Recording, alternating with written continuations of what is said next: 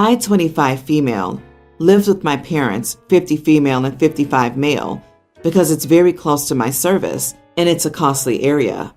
It's been a week since I moved out, but I never needed to earlier and my parents didn't ask. So as time went on and I earned more, I put in air conditioning, made my room smart, as well as the house, Alexa, put an excellent shower in the guest bathroom, which I eventually added to my bedroom, and I bought quality furniture for my room, etc. My room turned out to be the best in the house because of my changes, and yes, I paid rent to my parents, quite fat by the way. It's been 3 months since they came to talk to me, saying it was time for me to move because they wanted to have their moment alone now, and I could live on my own. Of course I agreed, after all, and I was just living there for ease and convenience. I found a house and needed to make some changes, so in order to not have to buy it when I have it, I replaced all the sockets, bulbs, switches, smart, and the shower with common ones. I paid for them all, and the increase in energy I paid too. I also removed the air conditioner and paid to plug the hole it left. Also, of course, I took all the furniture in my room and Alexa scattered around the house. My parents started complaining that I shouldn't take everything out as they were in everyday use. They were planning to move into the room that was mine, and with these changes I made my room worse, and the house in general too. It's just not smart. Everything I bought was quality. I said they asked me to move and I'm taking everything I bought because I needed them and had other expenses. I made a payment on the house, and these items were all bought by me, and all the increase in energy I had was paid only by me too, and that if they wanted to buy some, I could help search online, but I would take these items. They called me selfish because I made the house worse and removed these items in everyday use as they became accustomed to the smart home. They complained even more when I didn't want to leave the 65-inch smart TV in my room as a gift for them. I didn't leave it because it's new and it was too expensive. I moved a week ago, but they're still upset. Am I the idiot? Not the idiot. The entitlement of your parents is on another level. What did they expect you to do, OP? Leave all the expensive stuff you bought while paying rent when they told you to leave their house? Your stuff, your money, your rules. Enjoy your new house. We've made enough to retire charging you rent, so get out and leave all your crap for us too. If you were in a regular non-family rental and your landlord asked you to move for some reason, you would take your items and return the property to the previous condition. So you just did the same thing in this situation. You paid rent to your parents. This makes you a tenant, and as one of those, when you move out, you take your stuff. I think your parents used you until you made the house better and then decided to throw you out. They're jerks for assuming you'd leave the stuff you bought with your own money. Common use or not, they can buy smart devices and whatnot on their own if they want them that badly. You are the idiot. The TV and furniture sound reasonable, but you should have asked your parents about the AC.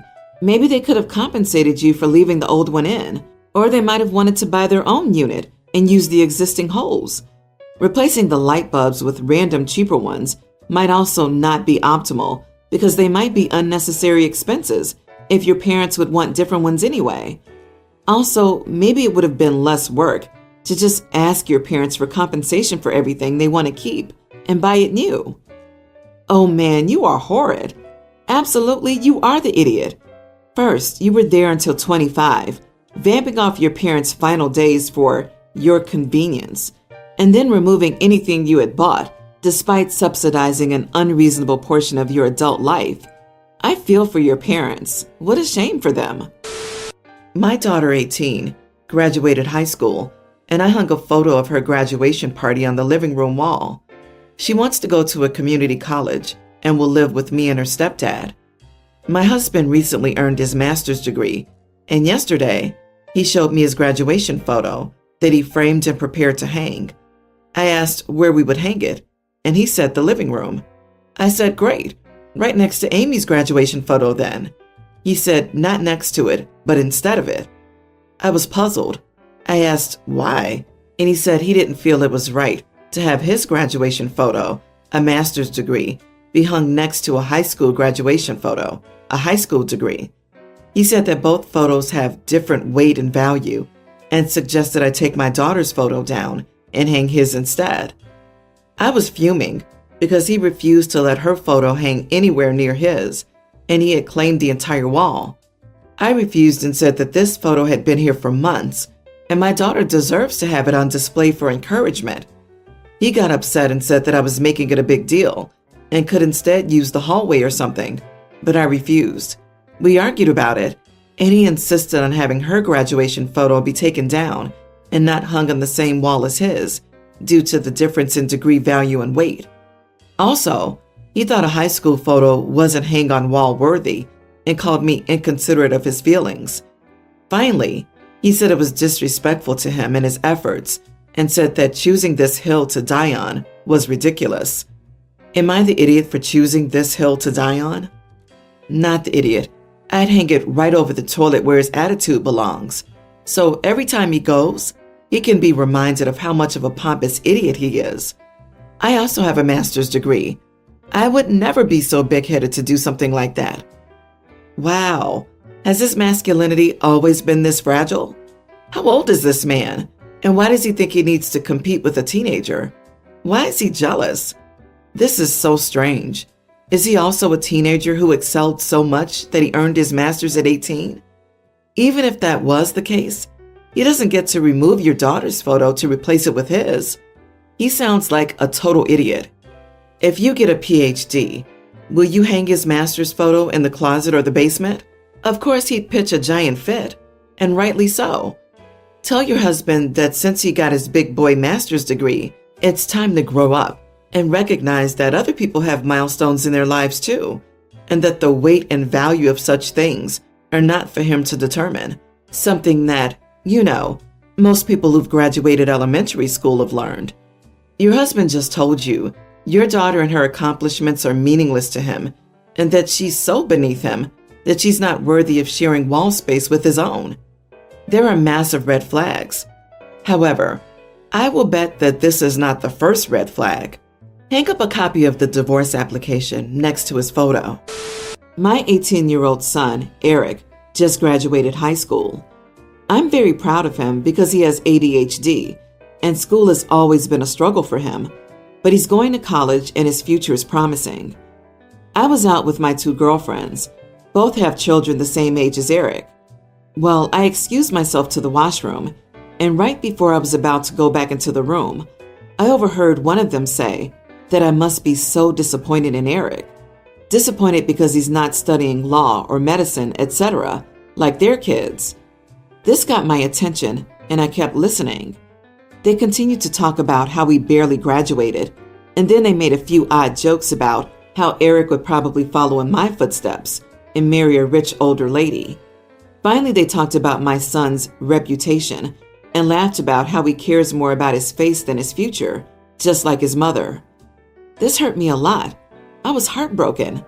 Not only were they insulting me, but also my son. I walked into the room and they were silent, but acted as if they weren't just talking crap. So I didn't mention it and simply decided never to hang out with them ever again.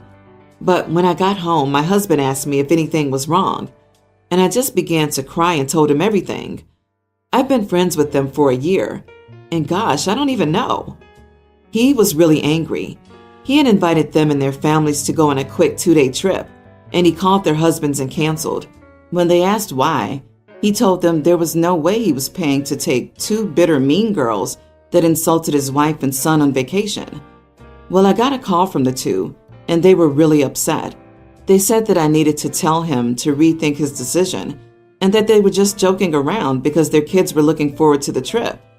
I told them that I didn't want to, but they said that I should have talked to them instead of crying to my husband like a weak witch. I told them to screw off, and they replied, "This is exactly why we hate you. Wait, sorry, are you going to go cry to your husband again?" That stung a little, and now I'm wondering if I'm the idiot for not being straight up and crying to my husband instead. My sister agrees that I should have dealt with it myself and that I went too far telling my husband. I mean, it's my sister. I tell her everything. A lot of my previous friends also used to say similar things about me regarding my husband. So after a while, you start to wonder if you're the problem. Not the idiot. I'm just joking is the universal mantra of every idiot bully. You owe them nothing. They're not concerned about their actual friendship with you. They're worried that they lost out on the trip and that they've lost their good reputation. In almost all marriages, you should share with your husband everything. Girls legit just sound jealous of OP's husband. Notice how all their attacks and complaints revolve around OP interacting with her husband. They're just mad that she has a wonderfully supportive partner and they got exposed. So they can't take advantage of OP's husband now. OP, these aren't your friends. Who cares what they think? They insulted your son, called you a gold digger, and then what? They don't expect you to tell your husband what's up? Girl, they just still want your husband to do things for them. It doesn't matter that you cry to your husband about awful people. He's your partner. Just block them and never think about them again. You are a full-grown adult, and I don't understand why you even have to ask this question. You get to have boundaries. Not engaging with people who are cruel and insulting is a very reasonable boundary. Not going on vacation with people who hate you is a very reasonable boundary. You don't have to justify communicating with your husband to anyone, let alone these immature idiots or your gossipy, unsupportive sister. My female father found out that my mother had an affair many years ago with his brother when they were still together. My father became suspicious and pressured all his children to take a DNA test. I was the only one of the 4 who was not biological. This screwed up my relationship with my father. I visited him every weekend, and after the test results, he cut the visits. He always gave some money to his children, but for me, he only gave what he was obliged by law to do. All of my brothers got a car and a trip to another country, a gift divided in half by my parents. I only got a trip because that's what my mother could manage on her own. It hurt to see my brother, 1 year younger, get everything. I lost in 1 month a present, loving, and helpful father, and every time I pointed this out, he told me to understand how hard it was for him to see the fruit of my mother's betrayal and that she lied to him for years, taking advantage of the similarity between him and his brother. For over 5 years, he barely spoke to me, beyond the basics, and excluded me from everything. Parties. It hurt a lot. After 5 years, under the influence of my stepmother, he had more contact with me, but we were no longer the same. Our relationship has always been rocky after that. The situation. I'm getting married to my beautiful bride in a few months, and we're getting ready for the ceremony/party. My father insisted on giving funds, a lot, to help, and although I didn't want to, I did accept it as long as there were no strings attached. Somehow, I think one of my brothers, he found out that he wouldn't walk me down the aisle, and he had a meltdown. He said that this was our moment as we planned it when I was younger, and that it was his dream to walk his only daughter down the aisle. At some point, he talked about helping at the party, which was the trigger. I said he forfeited that right by setting me aside for 5 years for something I wasn't guilty of, so I prefer to go alone. He again began to say that I should understand his feelings, that it was a very difficult time for him, and that he accepted me. I exploded, saying that I didn't give a crap about his feelings because he just ignored that he had raised me for 17 years and then treated me like it was an obligation. He looked shocked, and then he left.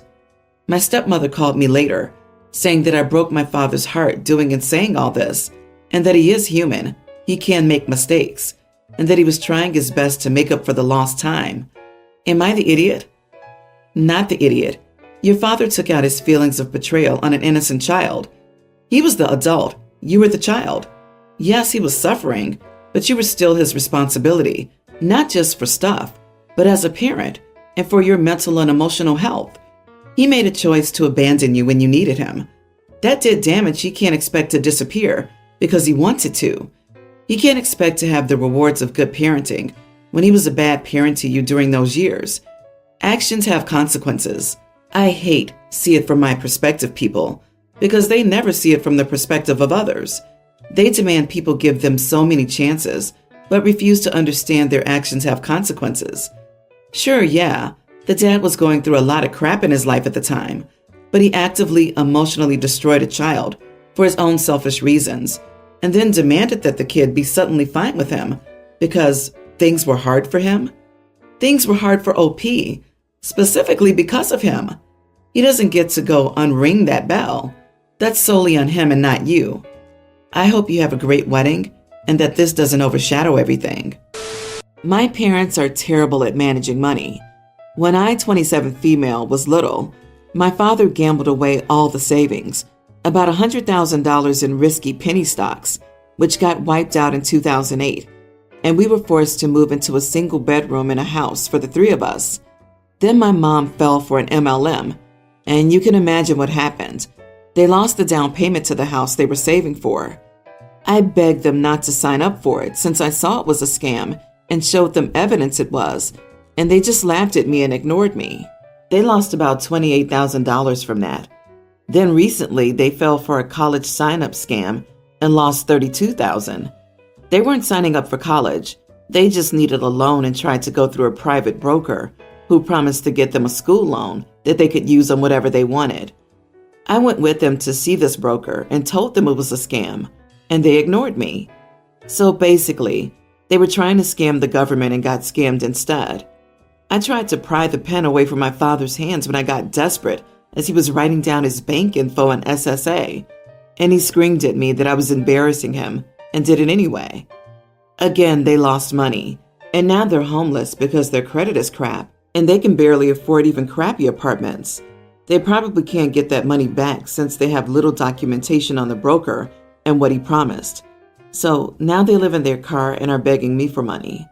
I have about $100,000 saved, waiting to buy a house, and they know about it because I stupidly told them I was saving for a house, and now they're calling me and showing up at my apartment asking for money. They also want to move in the meantime, but my roommate and I agreed that visitation from friends or family is max 1 week to prevent resentment, and if my parents move in, they'll probably refuse to move out. They're going to food pantries, and honestly, I can't find it in myself to be that sympathetic since they don't listen to me until they need my money. Am I the idiot for not helping my parents when they're homeless? Not the idiot. Do not give them money. You know exactly what's going on. You know what'll happen. You cannot save them from themselves. They are a bottomless pit, and they will bleed you dry and still end up homeless. Please don't give them a cent. Don't let them through your door. Don't do laundry for them. Don't take them food. I've seen so many situations where kids who have worked hard to overcome their upbringings have been sucked back in and have ended up stressed and with no money. You can probably tell it makes my blood pressure increase just to read your story. Make sure your credit is on lockdown. Parents will typically have everything they need to open an account in their children's names. However, if you don't give them anything, and you shouldn't, they may take it upon themselves to get something from you. Lock it down. I'm sorry, but your instincts are right on the money. Your parents require help, but not the kind of help they want from you. For now, you're relatively safe, thanks to your rule with your roommate. But when you get your own house, I'd consider not giving them your address to avoid harassment. They've ruined their lives. Don't let them do the same to yours.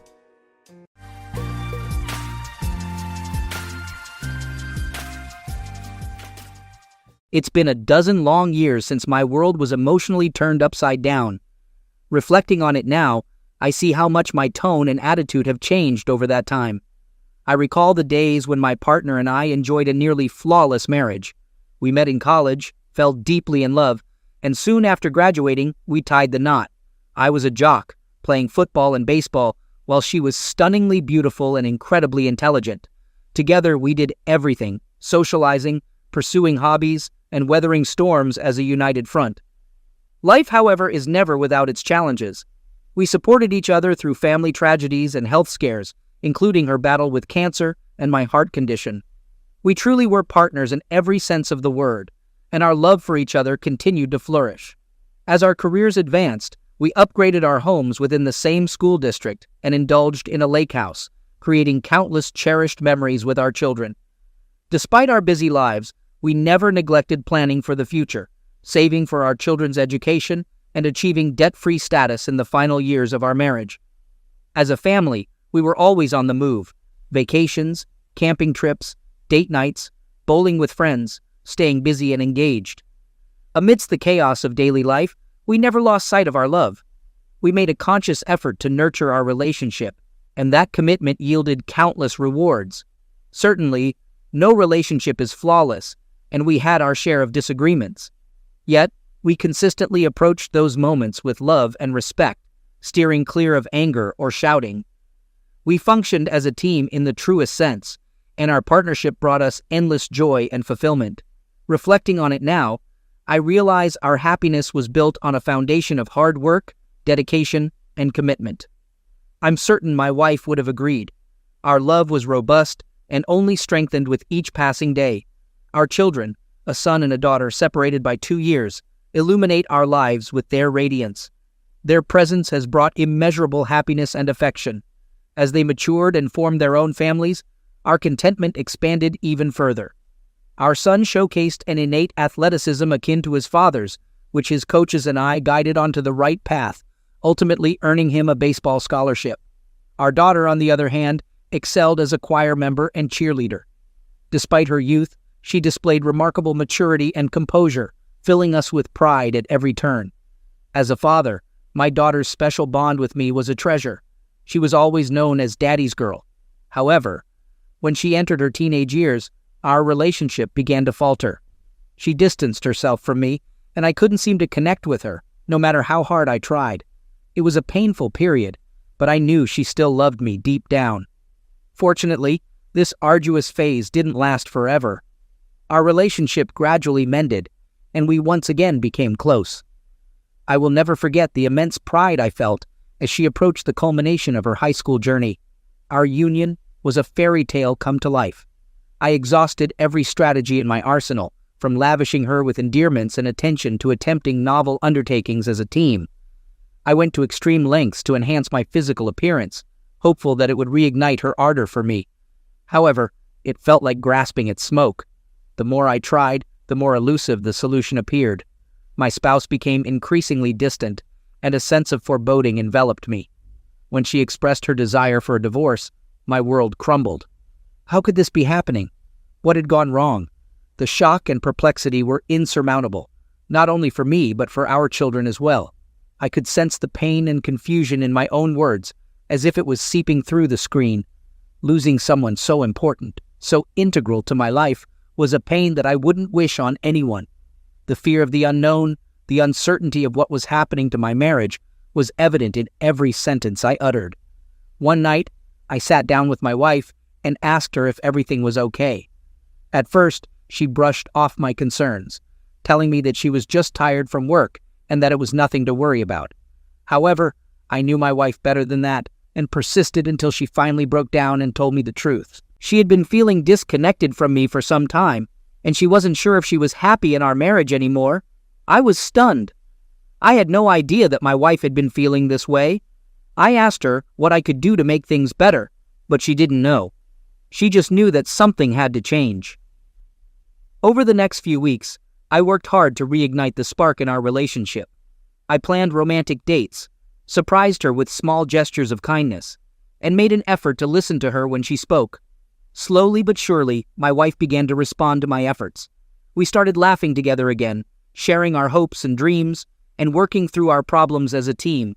I had tried everything I could think of to save it, but nothing seemed to be working. The desperation in my voice was palpable, my heart breaking with every passing moment. I knew I had to do something, but I was powerless to stop the inevitable. The inability to ask my wife if she still loved me highlighted the vast emotional distance between us. The notion of someone else causing our separation only struck me during a coffee meeting with her best friend, and even then, I clung to denial. Symptoms like loss of appetite, trouble sleeping, and constant crying portrayed a man witnessing his world crumble, helpless to halt it. I felt like I was drowning in a sea of despair, unable to see a way out. The image of me lying on the floor, gazing at the ceiling for hours, with my dog's head on my chest, was both heartbreaking and heartwarming. It served as a reminder that even in the darkest moments, someone or something could offer comfort and solace. My beloved pet sensed my pain and provided a sense of peace and support. It was evident I loved my wife deeply and would have done anything to save our marriage. Feeling helpless and out of control testified to how much I cared. It unfolded as a tragic tale of lost love, a fractured marriage, and a man left to pick up the pieces of his shattered heart. Recounting my story, I couldn't help but feel a sense of empathy and compassion for myself for the pain and loss endured. Losing my beloved wife felt like an unceasing wave of torment crashing over me.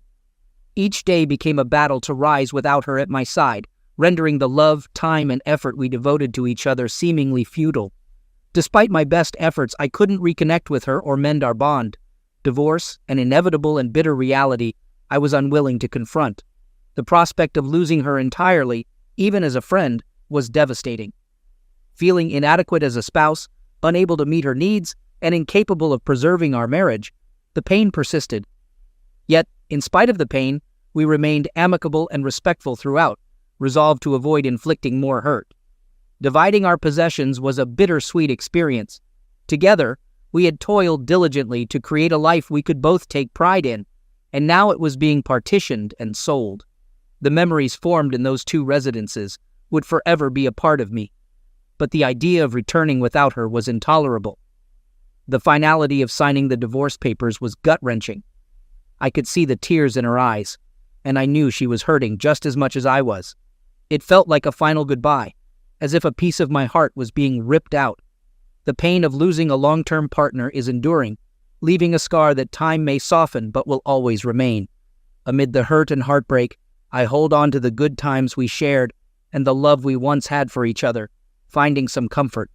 The bittersweet reality of watching your daughter grow up and get married is a feeling no parent can escape. As I sat there, surrounded by the people I love, a sense of melancholy crept up on me. My daughter, my little girl, was getting married and starting a new chapter in her life. It was a joyous occasion, of course, but I couldn't help but feel a sense of sadness deep within my heart. Then, a magical occurrence unfolded. My daughter took a seat beside me, her head resting on my shoulder, and we engaged in conversation, laughter, and reminiscence about old times. It was a beautiful moment, one I knew I'd treasure forever. As we sipped our scotch, gazing into the flickering flames of the fireplace, a profound sense of gratitude washed over me. I felt thankful for my daughter and her fiancé, for my family and friends, and for the love surrounding me. Despite the ongoing healing from my divorce, I recognized the need to keep moving forward and find happiness wherever I could. But in that moment, surrounded by the warmth of the fire and the love of my family, I felt content. I knew that everything was going to be all right, and that no matter what challenges lay ahead, I would always have the support and love of those closest to me. Approaching the end of our conversation, my daughter and I began to delve into more serious topics, and that's when she brought up the divorce. It was something we hadn't really discussed in depth before, other than addressing logistics. However, this time we delved into the emotional aspects of it. I asked my daughter, now a grown woman, what it was genuinely like to live with me, and acknowledged that I knew I wasn't a perfect parent. It was a risky question, but one I felt compelled to ask after the divorce. To my surprise, my daughter opened up and shared that at times I could be intense and had high expectations. She admitted they all worried about disappointing me, but she also added that she knew I loved and protected them and would always be there. In fact, she even giggled as she shared that they used to affectionately refer to me as Sergeant Dad or the Sergeant. I acknowledged that I wasn't always the most emotionally open person, but reassured her that I cared deeply for them, even if not always overtly expressed. It was then that she shared something that left me stunned. She hoped her new husband would be as good a husband and father as I am, and wished that I could find someone who made me happy and didn't cheat like Mom. That's when it hit me. My daughter thought I knew about my wife's infidelity all along. She disclosed knowing about my ex-wife's cheating before our divorce and assumed that I had been aware all along. I was in disbelief and asked her why she hadn't told me before. She explained, presuming I knew more than she did, and that's why I had divorced Mom. She also shared that it was a really difficult time for her, and she had purposely avoided the topic with me, other than making sure I was okay. I hugged her tightly and thanked her for standing by me throughout everything. She would always be my little girl. I asked her when it had happened and how long it had been going on for. She didn't know for sure, but guessed that it started a month or so before Mom first mentioned divorce. I also asked if her brother knew, and she confirmed that he did. In fact, he was the one who did some social media research and suspected there might be someone else. I was amazed at how perceptive my kids were. It all started to make sense why my children were so cold to their mother and so sympathetic to me during all of this. I hugged my daughter tight, grateful for her honesty and her love. She was the only thing that made sense in my life right now. As I held her close, I knew that I needed to be strong for her and for my son. They were the only reasons I had left to keep going. My ex-wife's betrayal wrought profound changes. It altered how I perceived her, myself, and the world. It felt as if a part of me had perished, leaving me clueless about recovery. All I knew was the necessity to persist, to keep moving forward, even if only one step at a time. The night her affair was exposed marked a pivotal moment. Until then, I strived for civility during our divorce proceedings, but now uncertainty clouded my actions. Racing thoughts deprived me of sleep that night. Reflecting, I noticed her enhanced self-care, more frequent hair and nail treatments, purchasing nicer clothes, and dedicating more time to her makeup. Initially, I assumed it was an effort to keep pace with younger colleagues at work, only now realizing it likely signaled preparation for her affair. The truth surfaced. My ex-wife had already found someone else, another man. The rejection was already challenging, but this betrayal cut much deeper, shattering my world once again. My daughter showed me the other man's Facebook page and other sites. I discovered he was an executive at one of my ex's larger accounts.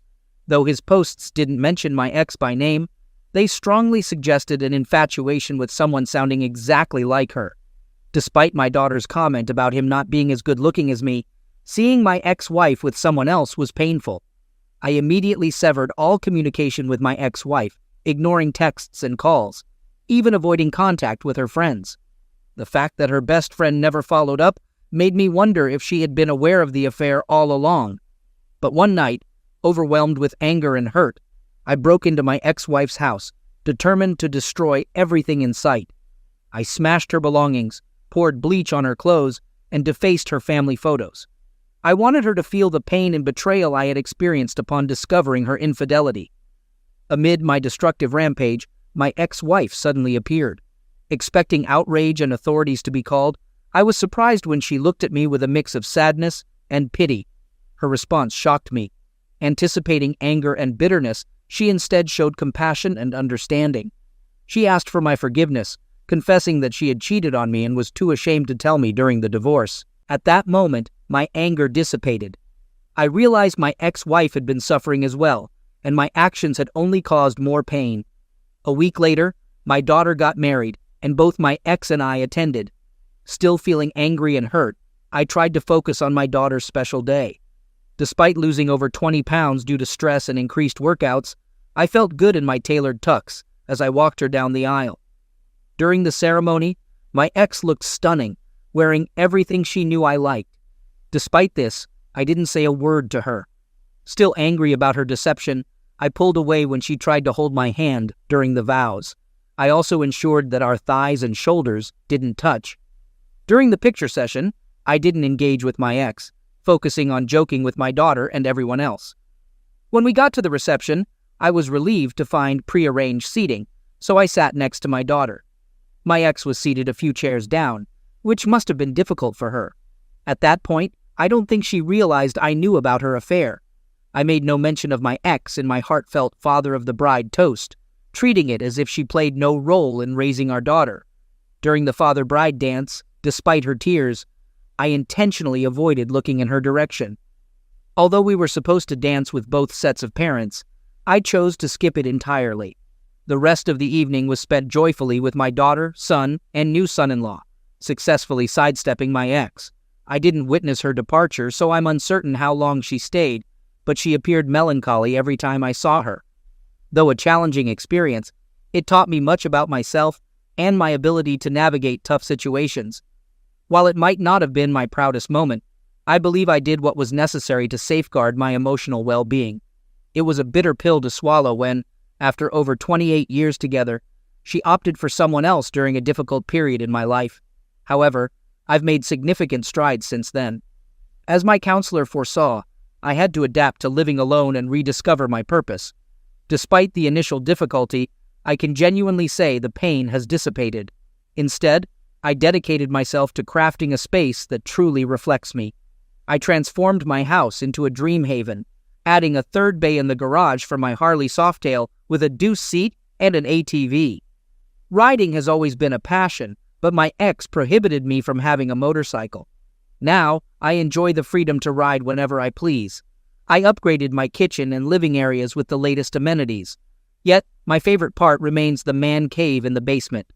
With a top-of-the-line sound system, video facilities, wet bar, and quality gym, it provides everything I need to unwind.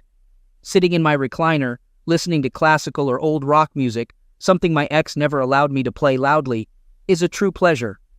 My house has become the go-to spot for game days, where friends and family gather to watch multiple games simultaneously, akin to a sports bar.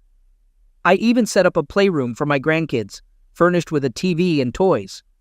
I cherish the moments spent with my grandkids and their parents when they visit regularly. Just last week, we had a delightful pumpkin carving party. My ex would have enjoyed it. I'm contemplating getting another dog for companionship, especially with the grandkids around. Additionally, I installed a remote wood-burning furnace with a heat exchanger, efficiently heating my home mostly from my own timber.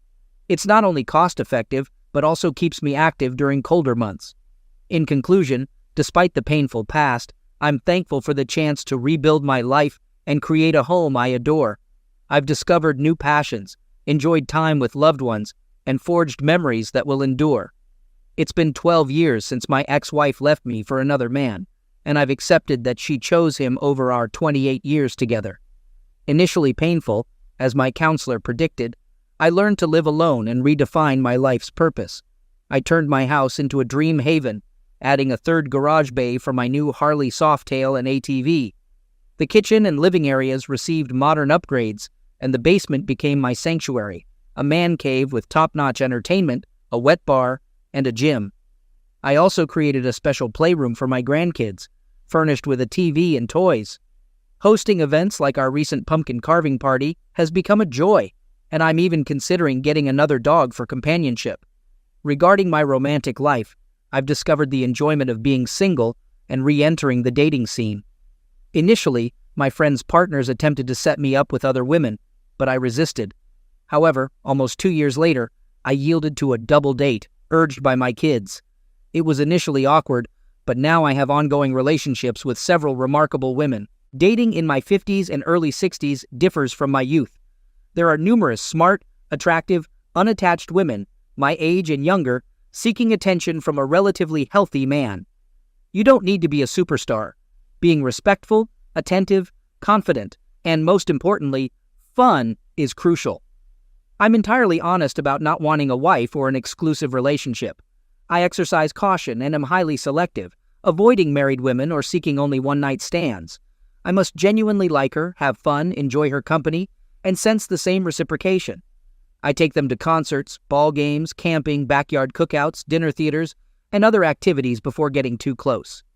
Adjusting to the idea of non-exclusivity and not succumbing to jealousy or possessiveness took time. I realized I can't control my partner, and that's okay. It's part of the arrangement. I enjoy dating without the pressure of exclusivity, refreshing for both me and my lady friends. If something more closeness happens naturally, that's great, but I don't pressure or seduce them into it. I have a couple of longtime lady friends with whom I've never been close, and that's okay too. Overall, I'm living my best life, grateful for the experiences and people within it. Being a private pilot for many years, I relish flying my own small, experimental amateur-built plane. Unfortunately, my wife never shared my passion. To address this, I've invited each of my lady friends to fly-ins and short trips. I even take them on breakfast or lunch trips on my Harley, a popular outing known as the $100 hamburger. Each of these special women has her own passions, and I've tried to share in those as well. I've climbed Mount Baker after months of training, earned my PADI open water dive certificate, and even gone skydiving in tandem with them. Surprisingly, I enjoyed attending the opera with one of them. However, my most memorable experience involved crashing wedding parties at city parks, mingling with guests, enjoying their offerings, contributing to collections, and throwing $100 in the collection jar or money tree. Although I spend a lot of time with these women, more often than not, I'm home alone or cuddling with one while watching Netflix or listening to her favorite music. The point is, These women push me to do things I would never have done on my own. I still struggle with wanting these women exclusively, especially the wedding crasher, who is the whole package, but I know I cannot allow myself to think that way. Shortly before COVID, I went on a 7-day cruise with 3 attractive women. I had only dated and been close with one before the trip, but all 3 were fun and flirty. We laughed and had the best time going on day excursions and dancing and partying on the ship every night. It was probably the best vacation of my life, except for some memorable trips with our preteen kids. At the end of the cruise, a cruise line representative approached me and asked if I would like to go on future cruises at unbelievable discounts. Apparently, they needed more older single men to dance and interact with all the single ladies and widows. As flattering as it was, I couldn't help but feel like a gigolo. Though I'm living my best life, I acknowledge that my ex-wife may not be as fortunate. I've heard that her relationship with the other man endured for about 3 years. Nevertheless, I didn't delve into the specifics or inquire if they lived together. It's no longer my concern. I started responding to her texts and emails around 5 years ago to accommodate my kids, but our communication mostly revolves around sharing information and pictures about the kids and grandkids. My ex-wife expresses a desire to discuss the divorce and the affair, answering any questions I may have. However, I lack the inclination to delve into those details. I see no benefit, so I simply disregard those particular emails. We've encountered each other at weddings and funerals, exchanging polite greetings.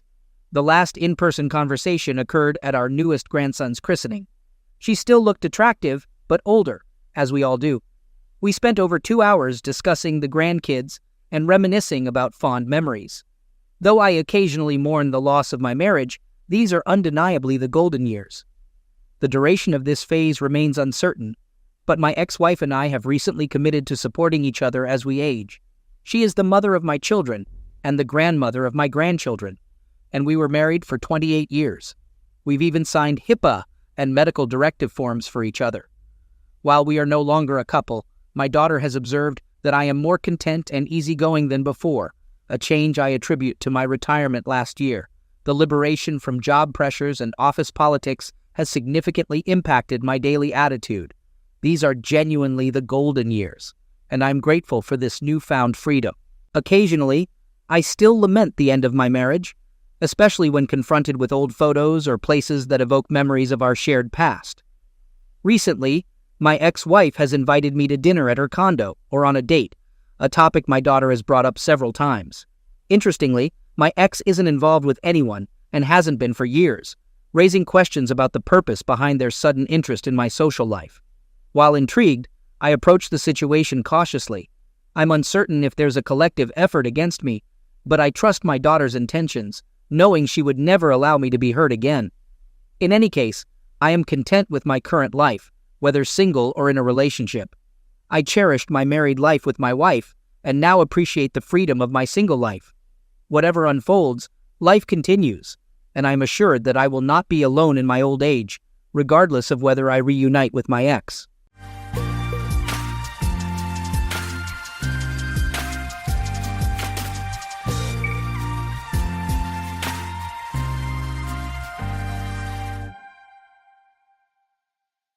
My wife's cheating was exposed after her girl trip, and karma delivered justice before I could.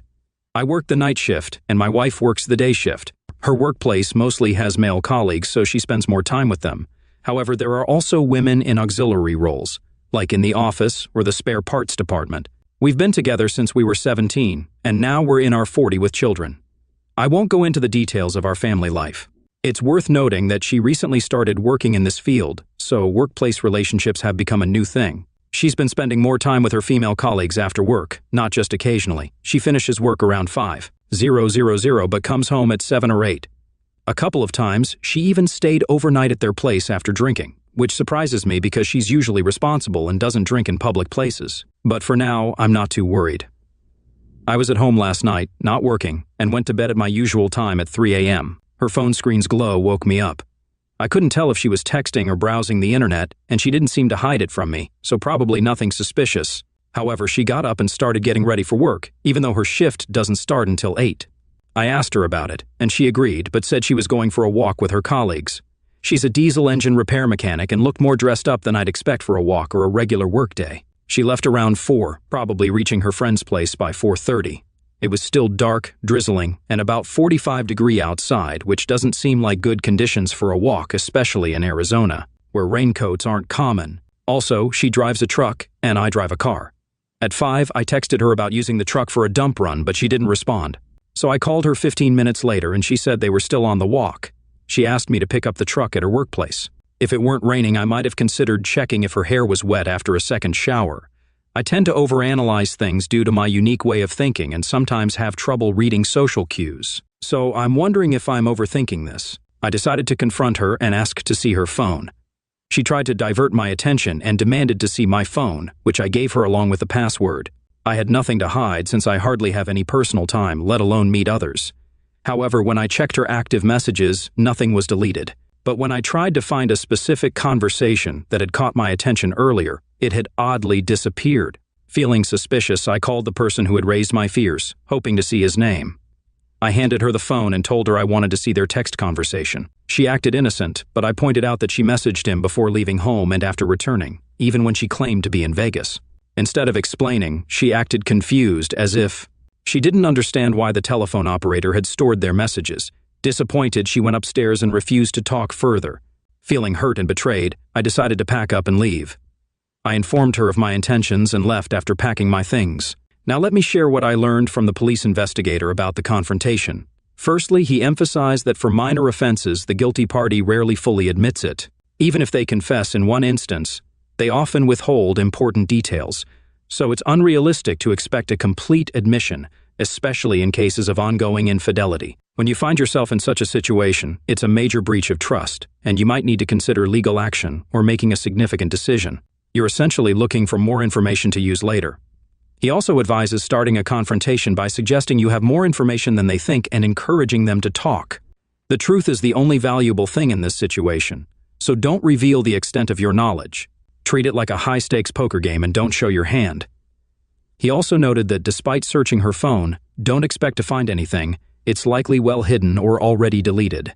Unless they lack intelligence, perpetrators tend to conceal evidence, anticipating a confrontation. Your job is to establish the absence of text messages and call logs to provide evidence. It's crucial to obtain records of text messages and calls from your telecom operator and check for gaps in dates and times. Lack of communication with a specific person suggests they were together in these moments. Make them believe you have the information while concealing its limitations. Obtaining direct evidence of their wrongdoing is often challenging. During a confrontation, demand access to their phone. They will likely resist and demand to see your phone, making similar accusations. Be prepared for them to stare at you. My wife reacted the same way when I asked. She claimed not to know my password and insisted I reveal it. Remember that guilty parties fear being discovered and are more concerned about what you might find on their phone than what they might find on yours. Pay attention to their willingness to disclose information relevant to you. In my case, my wife showed very little interest. She barely looked at the messages and didn't even check the photo gallery where questionable content is usually found. Instead, she was more focused on the phone in my hand as I casually scrolled through a list of harmless text conversations. She even said, "See, I don't know what you think I'm up to." To continue my investigation, I opened the phone app, entered the suspect's number, and tapped on the SMS icon. To my surprise, there were no messages. I went back to the contact and showed it to her, asking about the missing messages. She replied that they never communicated. I disagreed and informed her that in just the past month she had exchanged over 900 messages with him. I pressed her to reveal where those messages had gone. Initially, she pretended to be innocent, but deep down, she likely knew that the number I provided was accurate. Reluctantly, she admitted she had deleted them, but didn't disclose the whole truth. It turned out those messages were about her wanting a divorce, which she wasn't ready to tell me yet. I didn't give away too many details like how far my suspicions had gone. Instead, I provided enough information to instill confidence and make it clear that I had full knowledge of the situation. Knowing the exact number of texts was important as it served as solid evidence, reinforcing the message that I wasn't bluffing when I claimed to know something. This behavior is a typical sign of guilt. When someone is caught in a tough spot, they often try to dodge and use various tactics to avoid responsibility. To deflect blame, they often offer explanations about their whereabouts. However, it's crucial to closely scrutinize the information they provide. If their explanations are vague and seem forced, it's important to persistently seek more details. Many false explanations are created with little planning and can easily fall apart with further investigation. While they may provide some information about going to a bar with friends, it will likely lack specific details, such as a heated argument or who won a game of darts. Innocent spouses typically willingly share details of a pleasant evening with friends. Guilty ones, on the other hand, wonder why you're so interested in their activities. Remember, they're anticipating a confrontation and are already thinking about how an innocent person would act in this situation, crafting a plausible version. This idea applies even to drawing attention to themselves. When our oldest daughter had a conflict with my wife, she later told me she had 2 reasons for this. First, she wanted to steer the conversation in the right direction in case our daughter turned to me. Secondly, culprits often think that by putting themselves at the center of attention, the focus will eventually fade. Looking back, I realized I made a mistake by not asking why our daughter came to that conclusion. I should have asked her to clarify what she said that led to that conclusion. Looking back, I should have taken the initiative and called my daughter myself. It's worth considering how an innocent spouse would respond when accused by someone else. They would likely be happy to provide unsolicited, detailed explanations because they have a clear conscience. Now, let's think about how an innocent person would behave. They might be annoyed by a request to see their phone since they still expect some privacy. But in the end, they would hand over the phone without much resistance. In all likelihood, they'd be genuinely puzzled at first. Honest individuals don't try to mislead or deceive others. It's also important to note that the most convincing lies often contain elements of truth. In my wife's case, she claimed to have spent time alone in a tattoo parlor getting sketches. However, when she returned home, she didn't bring any sketches or take pictures of them. Moreover, she said very little about the experience and only showed me some design ideas from the internet. She said the appointment was at 1 p.m., but she left our house at 11:30 a.m., so it only took her 45 minutes to get to the tattoo parlor. When she got back home, it was around 6 p.m. While I believe she did visit the tattoo parlor that day, I suspect she may have visited his house beforehand. Maybe they did something together, and buying a ticket for a future visit could serve as a potential alibi. They might have had lunch and deep conversations about moral theology at his place before returning home. This is when I decided to sort out the situation. So it's important to note that a simple alibi doesn't always explain every detail. She mentioned difficult traffic but didn't provide any specific details, like a blue Honda overturning. She also mentioned going to Home Depot to look for lifting belt rings but returned empty-handed, indicating an unsuccessful trip. There are other details he taught me, but I can't recall them all now. I'll report them as soon as I can. She continues to maintain a relationship with him, and it seems unlikely that things will work out between us. I've come to terms with the fact that my anger issues played a significant role in her distancing herself, but I'm actively working on improving myself and have made progress. Although she never committed to cheating, I'm ready to forgive, considering my part in this situation. She said our relationship has no hope, but she offered cohabitation for the sake of our children. I have concerns about the terms of cohabitation, as it appears to be a compromise driven by her hidden fears. In response, I offered her a divorce if that's what she really wants. However, since she hasn't mentioned it, I take it as a clear sign that she doesn't want a divorce. There's a possibility she's starting to soften her stance. As evidence, we recently went out for dinner with the kids, and she was friendly. We even had a pleasant conversation, and she maintained eye contact. At that time, I genuinely thought that the walls around her heart were starting to thaw, but things took a different turn on the way back home. She made a subtle comment seemingly to remind herself that she no longer loves me. People often say it's easy to walk away from a cheater, but when you share children, the pain of betrayal runs deep. The life I knew was closely tied to our shared existence. Those who believe I'm showing weakness can see themselves as victorious. However, this morning, I woke up to find her gone. I know where she is even without knowing where he is. I know his address. I took some photos of her truck in his garage earlier, although I'm not quite sure why I felt the need to do that. Maybe it was to understand her emotional state. When I arrived at their place, I initially spotted only his car in the driveway. To my surprise, her car was nearby. Unaware of my presence, she texted me asking if we needed any household supplies like garbage bags. I replied that we were out of groceries, and using the opportunity, I asked if she could buy cream for me. While pretending to be confident about her location, I didn't react at first. Soon, I noticed him driving his car out of the driveway, and her car was parked in reverse. It was clear they left together. I walked up to the door, intending to ring the bell, but got no response. In an attempt to initiate a conversation, I messaged her asking if she had received the mentioned letter. She said she hadn't seen it, and I shared its contents with her. After that, she expressed willingness to discuss the matter later. When she texted me that she was at Costco, I immediately replied that I knew she wasn't there. About 45 minutes later, I received a message with a photo of a familiar Costco building. It was evident she had just arrived and was creating a story. Choosing not to give in to persuasion, I asked her to send a photo of her truck if she wanted me to believe her. She calmly replied that she honestly didn't care about convincing me. At that moment, I had to acknowledge her good intentions. She might have been trying to shield me from more emotional pain. Perhaps she even feared my reaction, which made me feel regretful. However, the constant lies were causing more distress than the unfiltered truth. In an effort to confirm her words, she sent me a photo of herself inside a Costco store. Despite receiving this evidence, I chose not to respond, allowing the weight of her deception to linger in silence. I'm in a state of deep internal turmoil, contemplating those moments when, in fits of anger, I contemplated leaving her and our children. Though I'm determined not to repeat such behavior, I admit that I'm now at a point where I'm ready to explore a new path to extricate myself from this situation. Yesterday, I had a consultation with an attorney, and we discussed the current situation. Following my therapist's advice, I made a deliberate choice not to rush into decisions while my emotions are still running high. Instead, I opted to wait and carefully consider the available options. Currently, my soon-to-be ex-wife and I continue to live together for the sake of our children. It's not an easy arrangement, as I often feel financially burdened supporting the household while she's involved with another man. Adding to the complexity, she maintains a separate group chat with our kids, using it to share false information, like going out drinking with someone named Maria at 4:00 a.m. I realized she'd have to go to work soon, with just a few hours before her shift starts. Given that bars are typically closed at this time, it became evident that her recent claims of going out for drinks were mere fiction. I'm even more concerned about how these lies affect our youngest child, who, as it turns out, has autism with a high level of functioning. He tends to look up information about the opening hours of various establishments, like bars or gyms. They're starting to catch her in a web of deceit. If she can continue deceiving me without consequences, the repercussions of her dishonesty now extend to our children. But after a few quiet nights, I've reached a point where her actions no longer keep me awake at night. I've already consulted with a lawyer who informed me that with shared custody, the alimony I'll have to pay amounts to only $142 a month. My wife doesn't want to sell our family home, and it's evident that she can't buy it from me or acquire it on her own.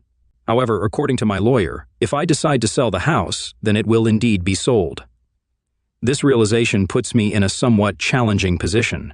I have considerably more savings than she does, which puts my property at risk of being divided equally. Nevertheless, there are some investments and shares in the company that haven't fully matured yet.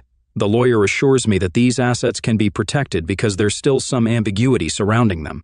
Furthermore, the lawyer suggested I could safeguard all my assets by using the house as leverage in negotiations.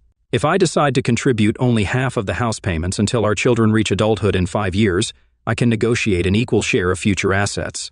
By using this as a trump card, I can preserve my savings. So the situation has effectively turned into a real estate transaction. On a personal level, I have to admit that I succumbed to the stress of sleep deprivation and overwhelming grief, which led me to attempt reconciliation with an unfaithful wife. I began begging her desperately as a person lacking self-respect. About 2 weeks ago, I reached a breaking point and had to leave work early because I couldn't concentrate properly. At that moment, I hoped her car would still be parked outside the house, and that maybe a spark of affection for me would rekindle in her heart. Looking back, I now understand how crucial it is in such circumstances never to let myself appear as a fool.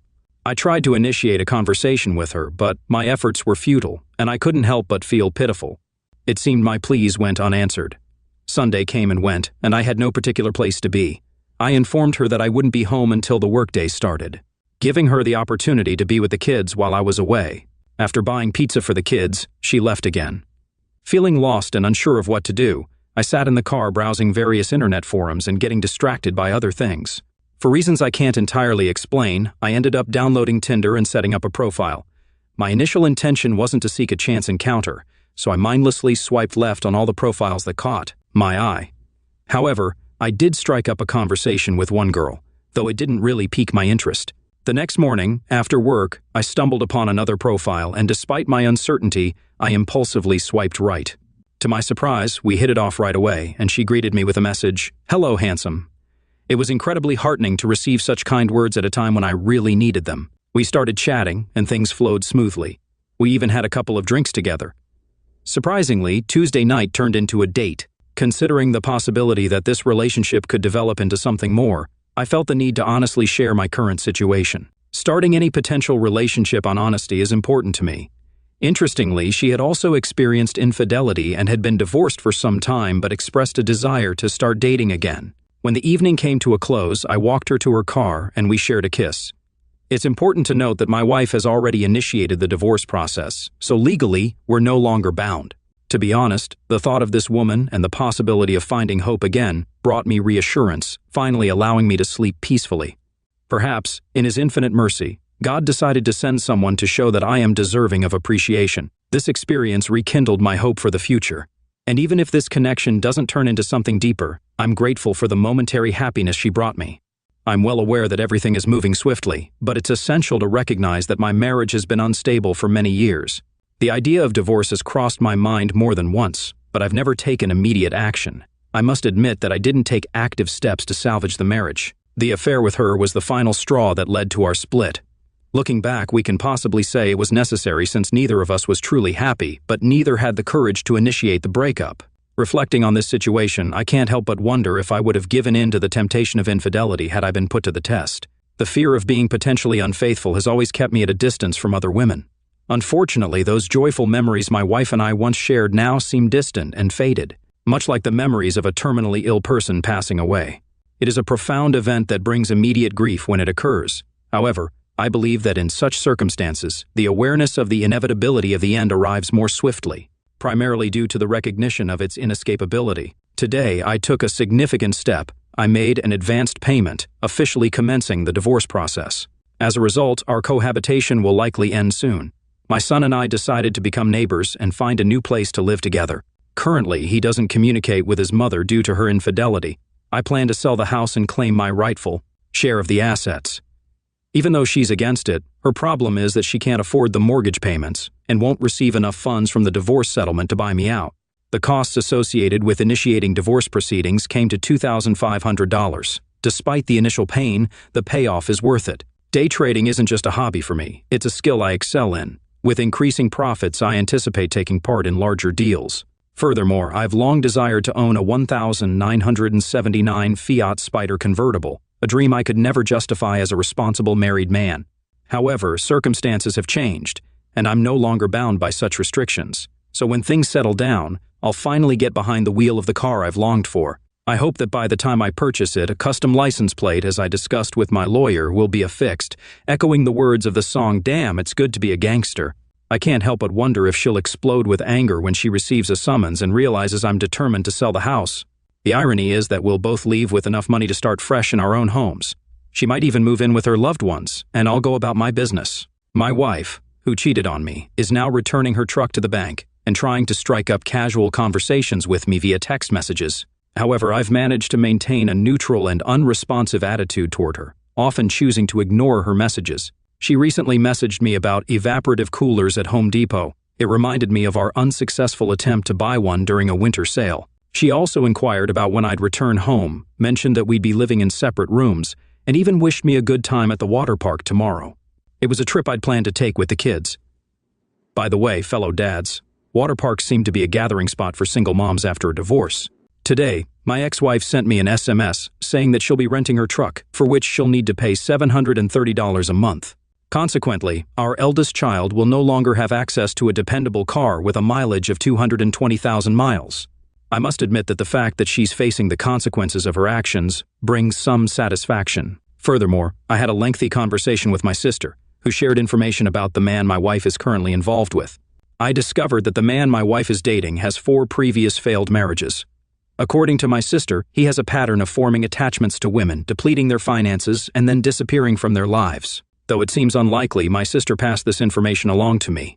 In response, I told her that if this is indeed the case, I hope he defeats my wife quickly so we can complete our divorce process. I also mentioned that I hope their relationship continues until I finish the necessary legal paperwork and extricate myself from this situation. On a related note, I recently had a conversation with my wife about this topic. She informed me of her plans to return the truck as part of her intention to refinance the house. Due to financial difficulties, she can't manage to make a cash payment to settle the truck and handle the new loan amount simultaneously. Interestingly, this aligns with my own plan, which involved moving out of our shared house. She was aware that I was searching for a new residence and had no intention of staying in a house where she was freely engaging in an extramarital affair. I informed her that I intended to transfer ownership of the house to her. but I demanded a buyout.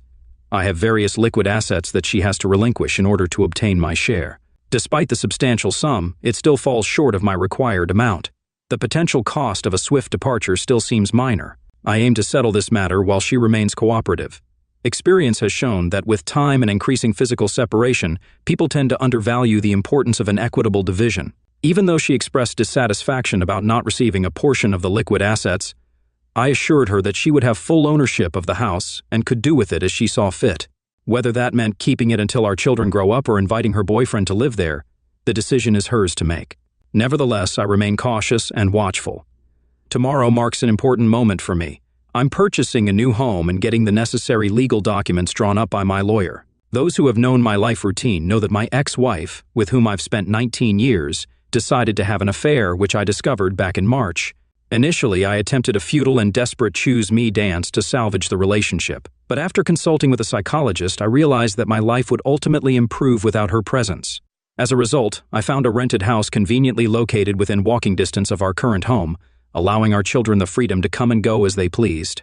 To simplify my schedule and ensure easy pickup and drop-off of the children from school, I decided to switch work shifts. The move is set to happen tomorrow, as I've already received the keys to our new home. In addition, I've arranged for the utilities to be connected. Fortunately, I'm financially stable and can afford this new venture. I should mention that I have an appointment with a lawyer to process the divorce documents. My future ex-wife and I reached an agreement via email, and the lawyer will use this agreement as a template for the legal documents. If all goes well, we'll be able to sign everything during the meeting, and then patiently wait for the required waiting period. If things progress smoothly, I expect to receive a divorce decree sometime in late June or early July. It may not be as much as I'd like, but I believe my mental well-being is worth it. Regarding my job, I still have a few restricted shares, the rights to, which will vest in the future. Fortunately, our agreement states that my future ex-wife waives any claim to these shares. If I choose to stay in my current position, these shares can be quite valuable. Given the ongoing support I receive from the company, including 30 days of leave and short-term disability benefits, I see no reason to leave. All this experience has solidified my loyalty to the employer. Thankfully, my future ex-wife has a well-paying job that surpasses the poverty line, which means I won't be obligated to pay spousal support. Additionally, with equal custody rights and my coverage of the children's medical, dental, and vision insurance costs, my alimony obligations amount to only $142 per month for less than 60 months.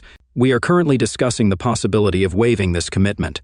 Looking ahead, I can say that in 5 years, once the children have grown up, I'll have accumulated enough savings to retire abroad at the age of 47 instead of working in the USA until I'm 70. Feeling trapped in my marriage, I realized that I was squandering money on extravagant houses and unnecessary material possessions that held little true value for me. In a way, living on the other side of the world from my future ex-wife has presented an unexpected advantage. While my heart may be broken at the end of this relationship, I don't want it to define me or rob me of the ability to love. I believe there's a special person out there to whom I'll eventually entrust my heart, even if it means becoming vulnerable again. Love and hope are incredibly powerful forces that should never fade, even in the face of betrayal by a cheating spouse. In such times, I find comfort in a quote I'd like to share with you. However, we do not look back for a long time. We continue to move forward, opening new doors and embracing new experiences. Our curiosity propels us onto uncharted paths. This serves as a reminder not to dwell on the past for too long, but to focus on moving forward, discovering new opportunities, and embracing the unknown. Curiosity becomes our guiding light, leading us to fresh and exciting journeys in life. Having made the decision to start anew, I'm taking steps to fulfill my wish list, and in a few hours, I'll embark on a journey abroad. Since July is dedicated to self-discovery, I've planned a trip to Thailand. As I navigate the waters of singledom again, it's crucial for me to reconnect with forgotten aspects of myself. At this stage, I'm actively seeking new experiences and adding them to my ever-expanding list. When my soon-to-be ex-wife sends me a message, I respond at my own pace, sometimes taking several days. While the divorce proceedings continue, I prioritize my own well-being and ensure the process is moving forward. Financial matters and property division have been successfully resolved, leaving only custody and alimony matters. My lawyer advised against accepting my future ex-wife's unreasonable proposal, which is unlikely to be approved by any judge. Instead, we made our own proposal. In my proposal, I emphasized that our children are now at an age where they can express their preferences regarding custody arrangements. I've also secured a residence within walking distance of my future ex-wife's home to make it convenient for the children to visit. It's worth noting that after I moved, she wasted no time in relocating her lover to a new residence. If this situation initially bothered me, I now find it somewhat comical, almost like a cliché. Regarding my trip, I must admit that someone else is joining me, a new girl. Interestingly, the cause of my sleepless nights is not the pain of my spouse's infidelity, but the 14-hour time difference. For those still facing difficulties, I offer a simple piece of advice: don't give up. Despite the challenges we encounter, it's crucial to maintain momentum and keep moving forward. After a lengthy process, I'm pleased to announce that my divorce is officially finalized.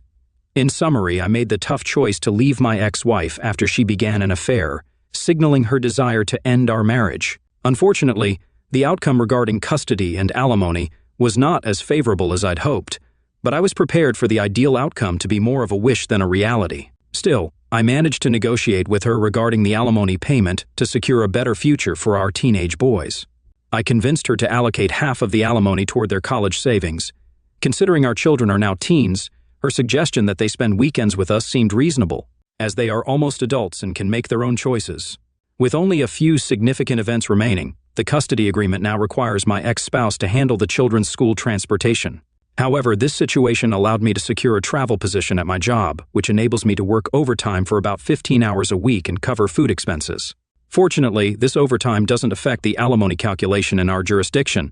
Additionally, I made adjustments to my work insurance policy, excluding her from the participants, resulting in additional savings for me. It's possible that the insurance she receives at work may surpass what she gets in alimony. Furthermore, I recently learned about some health issues she's facing, including breast cysts, which further complicate her situation. The fact that she's dealing with potential health problems following her affair with another man might be seen as a form of poetic justice. I apologize if my words seem harsh, but I believe in speaking honestly.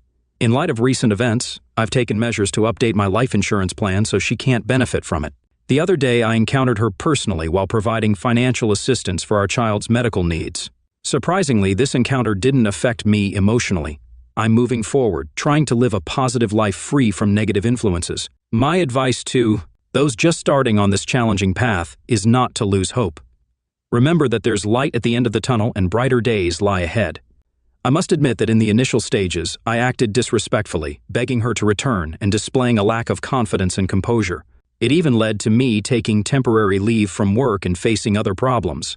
However, I can confidently say that it's possible to survive. It may not be easy, but it's achievable. It seems like karma's wheels are beginning to turn. I've always believed that justice prevails and people tend to face the consequences of their actions. I recently learned that my ex-wife was terminated from her job, which ironically was at the same place where she first met her lover. This seems fitting, given her history of damaging previous marriages and engaging in inappropriate relationships with colleagues. Considering her past actions, it's possible the circumstances were viewed differently. Yes, it's true she had 2 affairs, and it turns out her partner was also married. Later, I found out she was diagnosed with breast cancer and is now undergoing treatment. Having lost her job, she's barely making ends meet. It also came to light that her older lover persuaded her to sell the house and disappeared with the money. While the children say she's in an emotional breakdown, I can't find sympathy for her. She chose this path for herself. While she slowly faces the consequences, I'm building a new relationship with a woman who values and loves me. Welcome to Lost Relation Chronicles. I had just gotten home. It was Friday, and I was looking forward to the weekend. My wife was waiting for me. Not waiting for me as she usually did with a smile and a peck, but fidgeting and seemingly determined about something. Something was up, and it didn't look good. "Hi, honey," I said. I stopped and looked at her. Something wrong? Where are the children? It was Friday, and the kids should have been home. The children are with Mom until Monday. "John, I have to talk to you. I have to tell you something, and I need you to listen and to try to understand." "Oh, this is going to so be hard," she said, looking down. She saw my concern and tried to reassure me. She said, "It's not something bad, but, well, it might be hard for you to get where I'm coming from, at least initially. But if you think about it, and if you love me, you'll at least try to understand. Can you do that for me?" she said. Her voice was almost pleading. "I guess so. I will try to understand," I said. "Thank you," she said. "Ben, it's something that's been on my mind for a long time. Something that at first may sound dumb, strange. Okay, Ben, I want to have sex with other men." "Huh? What?" I started to laugh, but the look in her eyes did not invite humor. I stopped. "You're serious, aren't you? You're divorcing me? Is that it?" No. She cried. I love you more than anything. I will never leave you, Ben. You can be sure of that. This is just something that I need to do. Since I just flat refuse to cheat on you, to sneak around, I need you to try and understand my need to, well, do this. I need you to agree to allow me this chance. Can you understand what I'm saying? At first, I was speechless, but then something else began to take over inside of me. It was anger. Understand? No, I don't understand, I said. And I don't agree to any such thing, but I'm going to do this whether you like it or not. I was hoping I could get you to understand this need I have. I have never cheated on you, and I am not going to do so now. I am letting you know up front. I promise to take precautions and to deny you nothing in our bed. But she could see my mind was wandering. I wasn't hearing her anymore, or maybe I was. I just wasn't reacting like she thought I should. Ben Mason, are you hearing me? This has nothing to do with us. Nothing, am I clear? She paused and watched for my reaction. I didn't move. I just sat there staring. I appeared to be all but catatonic. My wife of 17 years had just destroyed me and expected me to actually like it, or at least tolerate it. I didn't and I wouldn't. Not ever. Ben, I need this. I am getting to the stage in life where I really need this. Please understand. I was a virgin when we married. I have never known another man. I hardly even ever made out before I met you. I really need to know what it is all about. Sex, I mean. The difference, I don't know. I just need to try it. It's only about sex, not love. Never love except with you. I continued to stare. I was afraid to say anything. I wanted to kill her. My wife wanted to explore other men. Not even a man, but men. The most shocking part of the whole mess, and it was a big mess, was that she expected me to be okay with it. Ben, say something, said his wife. Kathy. I couldn't finish. I rose and headed upstairs to the bedroom. Our bedroom. What had been our bedroom, now it was nothing to me. I was sick and broken spiritually. My body was devoid of sensation. I was giddy with fear. It had only taken her 15 minutes, maybe less, to destroy our marriage.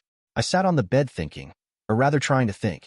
I knew I had to get out of the house and away from my wife, a wife that was about to cuck me. And she was going to do it. How had she phrased it? Whether I liked it or not, I had been a marathon runner in college. Running or long-range walking always helped me to clarify my thinking. I decided to walk far. I changed out of my suit and into loose-fitting jeans, a Henley, and my $200 running shoes. I grabbed my wallet, a cap, and my sunglasses. I went back downstairs. Kathy was still sitting where she had when she announced her plans to experiment sexually with other men. I stood for a moment staring at her once again. She seemed a stranger to me. I looked back at her, my hand on the doorknob. Who are you? I said. I turned and walked out the door. Ben. Where? Her words were lost as I slammed the door hard behind me. I moved at a rapid pace. I was already past the neighbor's house when I heard her yelling for me to come back and talk to her. She caught up to me and walked beside me until she was out of breath. Ben, where are you going? We need to talk. I love you. I am not doing this to hurt you. There is still in us, really. I love you. Please come back. Ben. She gave up. I think she'd collapsed on the sidewalk, but I didn't turn to see. I couldn't look at her. She was in no way able to maintain the pace I was setting. I could still do a marathon in under than 3 hours, no sweat. Soon I was 2 blocks up the street, and she was no longer anywhere to be seen. I turned the corner and changed gears. I went into overdrive, as I called it. I was cruising. I could go forever at this pace, and maybe I would. We'd met in college. She was handing out cups of water to participants in a 10K tri-meet. I had won the race that day. I had won, I later told her, because I was trying to get back to find her before she got away from me. I had caught her just in time, just before she would have been lost in the crowd of fans, family members, and supporters. We'd hit it off immediately. She was a secretary to the dean of the business school. She'd never finished college, but she had managed to land a sinecure of a job because of her attention to detail and her ability to navigate around the printed word. I was a grad student at the time in electronics and computer science, a double major. We dated for 6 months before we had sex, and it was mind-blowing. Though a virgin, the girl could screw, and she loved it. It never occurred to me at the time, but she was a natural-born bitch. There were signs. She just never became one. For months after my graduation, and 14 months after we'd met, we married. I was 26, and Kathy was a year older than me at 27. Yes, and I'll say it again, she was still a virgin at age 27. Callie and Ben, Jr. came along in years 9 and 10 of our marriage respectively, and we prospered. Kathy was still a secretary for the dean, and I was working as a computer systems engineer for Browns Limited, a company that was doing cutting-edge research and development for the military. My boss, and the owner of Browns Limited, was Alistair Brown, a 60-ish bachelor with an almost manic work ethic. Alistair and I were not merely boss and employee. We were close friends. Kathy and I had now been married 17 wonderful years, or so I had thought. That is, I had thought that they had been wonderful. Evidently, Kathy thought otherwise. During the past several months, Kathy had become, well, antsy. No big G, just kinda short with me on occasion and less often with the children as well. This last had caused a couple of pretty heated arguments. Being short with me was one thing, but not with the children. I wasn't going for that. I considered that she might be going through the change of life. I wasn't much up on female biology, but I was aware of some things. I had been meaning to check into it more, but I just never got around to it. Now, as I walked, I wished I had. I don't know where your brother is, Elizabeth, Liz. He just up and walked out of the house and I haven't seen him since 5 p.m. Friday, said Kathy. That's why I called you. I've been frantic. I'm really worried, Liz. Liz, what am I going to do? Elizabeth Mason could have been my wife's twin, and they had more than once been taken as sisters. Both had flowing red hair, curvaceous figures, and the cutest freckles that any man could want. Elizabeth was maybe an inch taller than Kathy at 5'7", but otherwise they were near clones of each other. But Liz was very different in personality. She was tough-minded, slow to speak unless challenged to do so, and still single at age 40. No, she wasn't in a relationship, but she valued her independence, and that was enough for her. Are we talking about our Ben, my brother? Said Elizabeth Mason. This is not like him. We had a little tiff, and he just up and walked out. I tried to get him to talk to me, but he wouldn't, said Kathy. Kathy, we'll find him. I don't know what you two argued about, but if he walked out on you, and his children, it had to have been something pretty bad. I don't suppose you'd like to enlighten me, said Liz. It's personal, said Kathy. And it was certainly nothing that should have caused him to leave us. I told him a dozen times I loved him. Why can't he get that through his head? Well, I don't know, but when we find him, I'm gonna find out. Anyway, you waited long enough to call me. He's had 2 days head start, said Elizabeth. Her words carried a hint of sarcasm. The two sisters-in-law got along well, but Elizabeth, a psychologist, always felt that Kathy was a little ditzy. Which way did he go? Said Elizabeth. He was on foot, you say. What was he wearing? He went east toward Baxter. A dark green t-shirt and jeans. A Cubs baseball cap too, I think, said Kathy. His coat? Prompted Elizabeth. No, he wasn't wearing a coat. Jesus, Kathy, it's freezing out there. He didn't take a coat. He didn't drive his car. Well, he couldn't have gotten far. We should be able to find him. Toward Baxter? Yes. Well, he can't be heading there. It's more than 100 miles away. But, you say in that general direction. Okay, stay here and man the phone in case he calls. I have my cell. Keep me informed, said Elizabeth. I will, said Kathy. The road was icy, so Elizabeth Mason was driving under the speed limit. She was 10 miles out of town when her cell rang. She pulled over to answer it. He's where?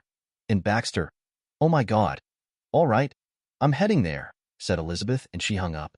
The lockup in Baxter, a town of 150, seldom had anyone in residence. But tonight it had me. And I didn't give shit. The meal was hot, and the cell was warm. Life couldn't get any better than this, I thought sardonically.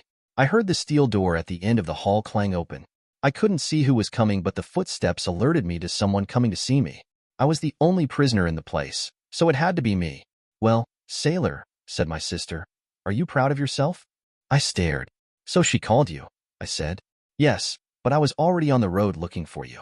You better have a damn good reason for gallivanting around the countryside on foot with no coat. You know you have little ones and a wife at home worried sick about you, said Elizabeth. Yeah, right, I said sarcastically. The kids maybe, but not Kathy. She didn't tell you, did she? No, I guess not, said Elizabeth, her eyes narrowing. She just said you had a tiff and then you left. She said she begged you not to go. Nothing like half-truths to dump the blame off on somebody else. Well, we did have a little tiff, as she calls it.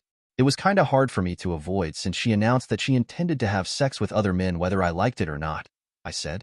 Elizabeth's face betrayed nothing. What did you say? Did I stutter? She told me of her plans to screw around on me whether I liked it or not. I had to get out of there, so here I am all warm and cozy, I said. The guard opened my cell door and shook his head. I think he felt sympathetic toward me. We started walking toward the front receiving area. You've been bailed out. But you'll have to return by Friday to plead, said Morgan, the jailer. He handed me a paper. I didn't even look at it. I could do that later. Look, pay the fine next Friday. It's only a misdemeanor. You'll have to pay of the damage too, but then it will be all done. I nodded at the logic of his advice. The fight in the bar had been nothing, but a couple of chairs had been broken and a table damaged and a mirror also broken. The bartender, a not too bad-looking woman, had pointed to me as the troublemaker, so they'd hauled me off. I deserved it. I made no protest. I was too drunk to say anything coherent in any event. On the 2 hours plus drive back, my sister grilled me. Having told her my story, she was silent for some time.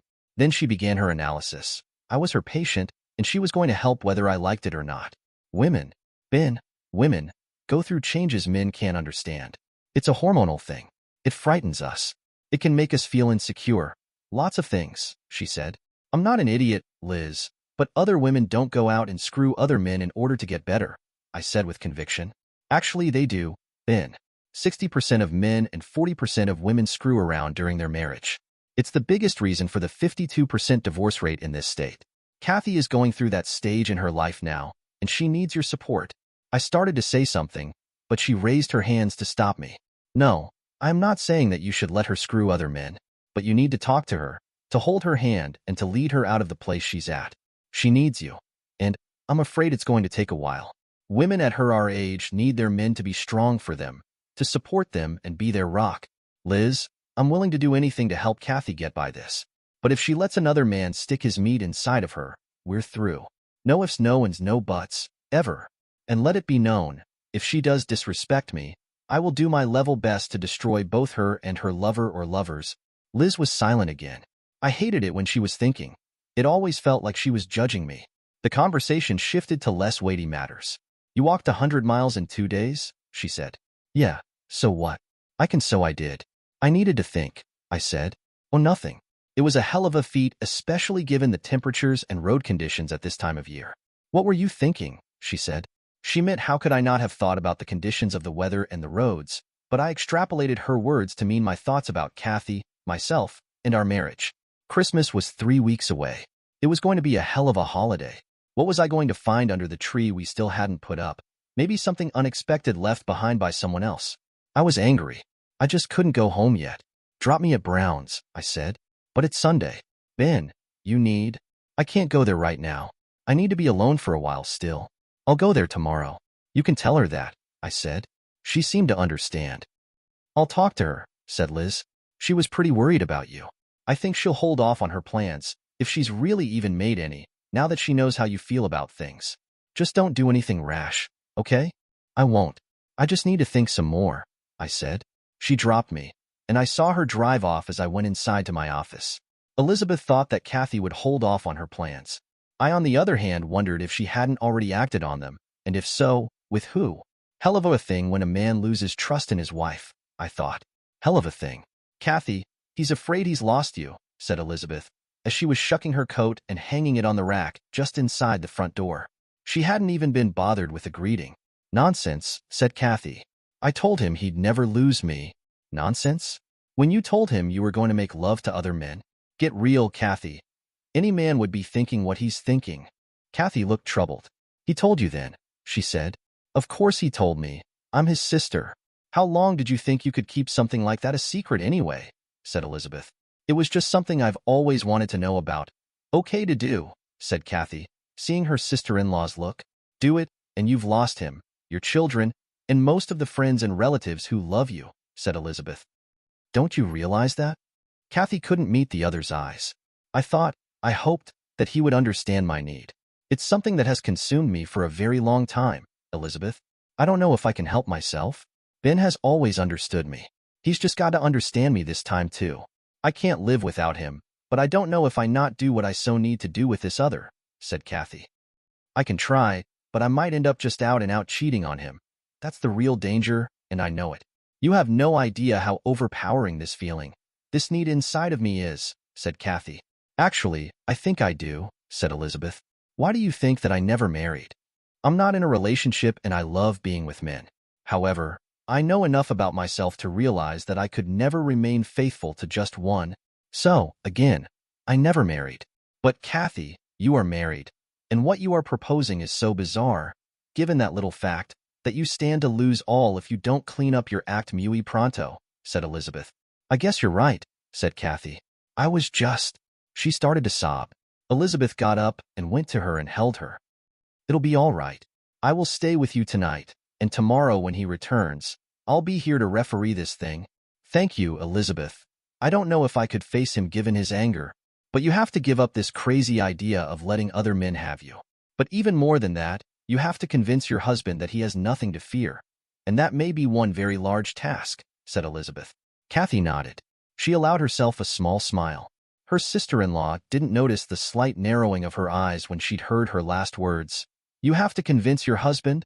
Kathy knew now that getting her husband's permission was never going to happen, and she had a choice to make.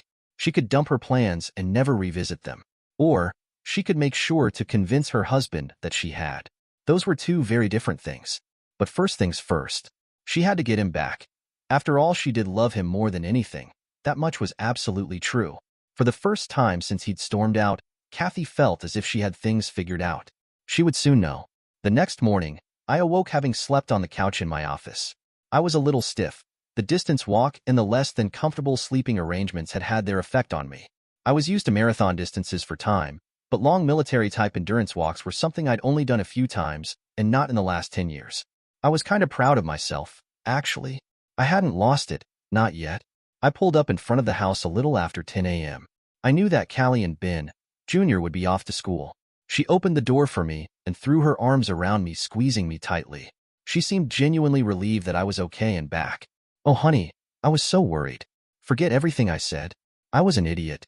I had a long talk with Liz, and she made me understand. I'm just so glad you're back, said my wife. Whoa, I said. I was a little suspicious that she had given up on something that just a few days before she refused to even discuss giving up. There was Liz, of course. I'm sure she had laid it out for her, but there was something. I just couldn't put my finger on it. Good. I hope you mean it. It was all too easy. Too cut and dried. I finally figured out what it was I couldn't put my finger on. I didn't trust her. Hell of a deal. We headed into the kitchen. Liz was seated at the table sipping her inevitable tea. Hi, Liz. So you're here to back up her story, I snickered. Guess so, she said. We talked long and deep, Ben. She gets it. I hope you two can get by this. It really was just a dumb female head trip, Ben. I nodded. As much as I respected Liz and her skills, I was still very loath to take anything for granted. Not after the scene on Friday. Liz hadn't seen her, heard her. I had. The next several days, Kathy did everything she could to reassure me. I had almost begun to accept the dumb female head trip analysis of Liz's. Then Thursday, there was the phone call. I picked it up, heard something in the background over the line, and then whoever it was hung up on me. Weird. I didn't mention the call to Kathy. I thought about what I heard in the background. I had it. The words were, call, cell, call my cell. That had to be it. I went upstairs. I hoped I was right. I was. Her cell was on the dresser. I checked the call history. I knew most of the numbers. I wrote down the 6 I did not know. I smiled the smile of the lucky. I didn't have a top security clearance for nothing. Working for the military, I knew I could find out who the numbers belonged to very easily. It would be illegal as hell, of course, but my very own boss had used his clearance to nail his cheating wife. But a year passed. I was about to do the same thing. This was not a no-fault state. If I caught her and had the evidence, her butt was mine. And her lovers too, or lovers. I was feeling good. That night the sex was good, actually better than good. She'd sure made a turnaround over the past 6 days. I hoped I wouldn't have to be giving that up anytime soon. I was in the lab early. I had to catch Butch before he headed out into the field. Butch was our systems installer and field techie. He and I had downed more than few brews rooting for our alma mater, Ohio State. Butch, got a minute? I said as he passed me on his way out. He stopped. Sure, Ben. What's up? He said. Come on into my office. I got a problem and I need your help, I said. We sat inside and Butch plopped down in a chair in front of the desk. I took a seat next to him. Butch, you remember last year when Mr. Brown had you do some snooping for him? He was suddenly all ears. Oh no, Ben, not you too, he said. I'm not sure, but I have reason to be worried. Can you help me? Ben, I can, but it's a risk. Unless you're pretty damn sure. I am, Butch. He nodded. Okay, you got it. Just don't talk about it, not even to me. When and if I have anything, I will contact you. You okay with that? He said. Yeah. I'll be patient. Just do some spot checking over, say, the next month, and then get back to me. If there's nothing, great. If there is, I got ya, he said. Here's some phone numbers I pulled from her cell. I don't know them. It might be nothing, but then again, maybe it's the whole enchilada, I said. He nodded. Good. It's a good place to start. It's not even illegal if your name is on the account. It is, I said. I had to think my wife was a blithering idiot. She knew I was tech-savvy and that I had friends who were geniuses in the field. She knew I could find out anything that I wanted to. If she was going to cheat, she stood no chance of getting away with it unless she was able to utterly allay my concerns. That was pretty thin bread to be spreading your shit on, but it was the only thing that made any sense. Things settled down at the house. The kids were happy. Kathy was happy. And I pretended to be happy. A week later, my world crashed. Butch called and asked me to meet him at our favorite hangout. I checked out the numbers, he said. I got the addresses, checked them out too. And bingo, I caught her at 2 of them on successive days. Ben, I got pictures, film, and audio. Let it be enough to say that your wife is definitely cheating on you. Sorry, Ben. No sweat, man. Do me a favor. Get more, especially more film. I have plans for this broad. I don't care what it takes. I'm going to take her down and her lovers with her. You got it. Ben, you gotta know. This was so easy. I kinda wonder if she isn't running some kind of a sting. Keep it in mind. I just don't see your wife as being this dumb. I won't be using any of this stuff in court anyway. I have another use in mind, I said. He smiled. Butch did love espionage. It took 3 weeks. It was amazed at the depth of information Butch was able to amass. I had everything on these fools except their DNA, and I could obtain that if necessary. Now it was just a matter of choosing the right time and place. I needed to talk to Liz. We sat watching the film in her office. Jesus, I can't believe it. She even had me fooled, said my sister. What pisses me off the most is that I know I've been getting sloppy seconds at least sometimes, I said. Ben, forget about revenge. Dump her, but forget about revenge. It'll only eat at you in the afterglow, and someday your kids are going to be making judgments about the both of you. Don't give her any ammunition, she said. I was writhing in mental agony, but I knew she was right. Revenge, at least anything overt, was out of the question. But that did not mean I couldn't get back at the lovers. She was going to be one very unpopular lady in very short order if I could work it. Okay, it turned out that she had 5 lovers, not 6. The other number I'd secured had been a wrong number to her cell. 4 of her liaisons were married. All of the married 4 had children underage. 2 were men whose careers I could seriously compromise with very little effort. One a state politician, the other a goddamned priest. Kathy had stepped in very deep poop. Oh, the power of a woman's sexual drive. Power had indeed corrupted her absolutely. I now had a far better understanding of my sister's choice to remain single for so long. Clearly, Kathy would have been well served to have done the same. My only concern was for the children of the cheaters, and of course my own. Mine would be with me. About that there would be no compromise. I would allow Kathy open-ended visitation, but no boyfriends would ever be allowed near them, or else. I was going to give her the house, but take everything else. I would move myself and the children into a very nice 3-bedroom condo, close to the new elementary school that each of them would be attending. It was time to go to war. A techie friend of mine blurred my wife's face in 5 of the most damning videos and made copies for the wives and important others in the lives of the 5 a-holes.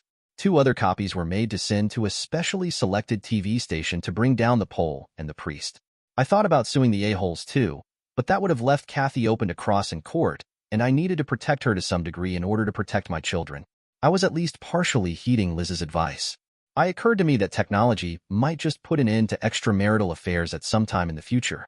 It was getting just too easy to nail these jackasses. On D-Day, I went to work early. I stared at my computer. I had it set up and ready to go.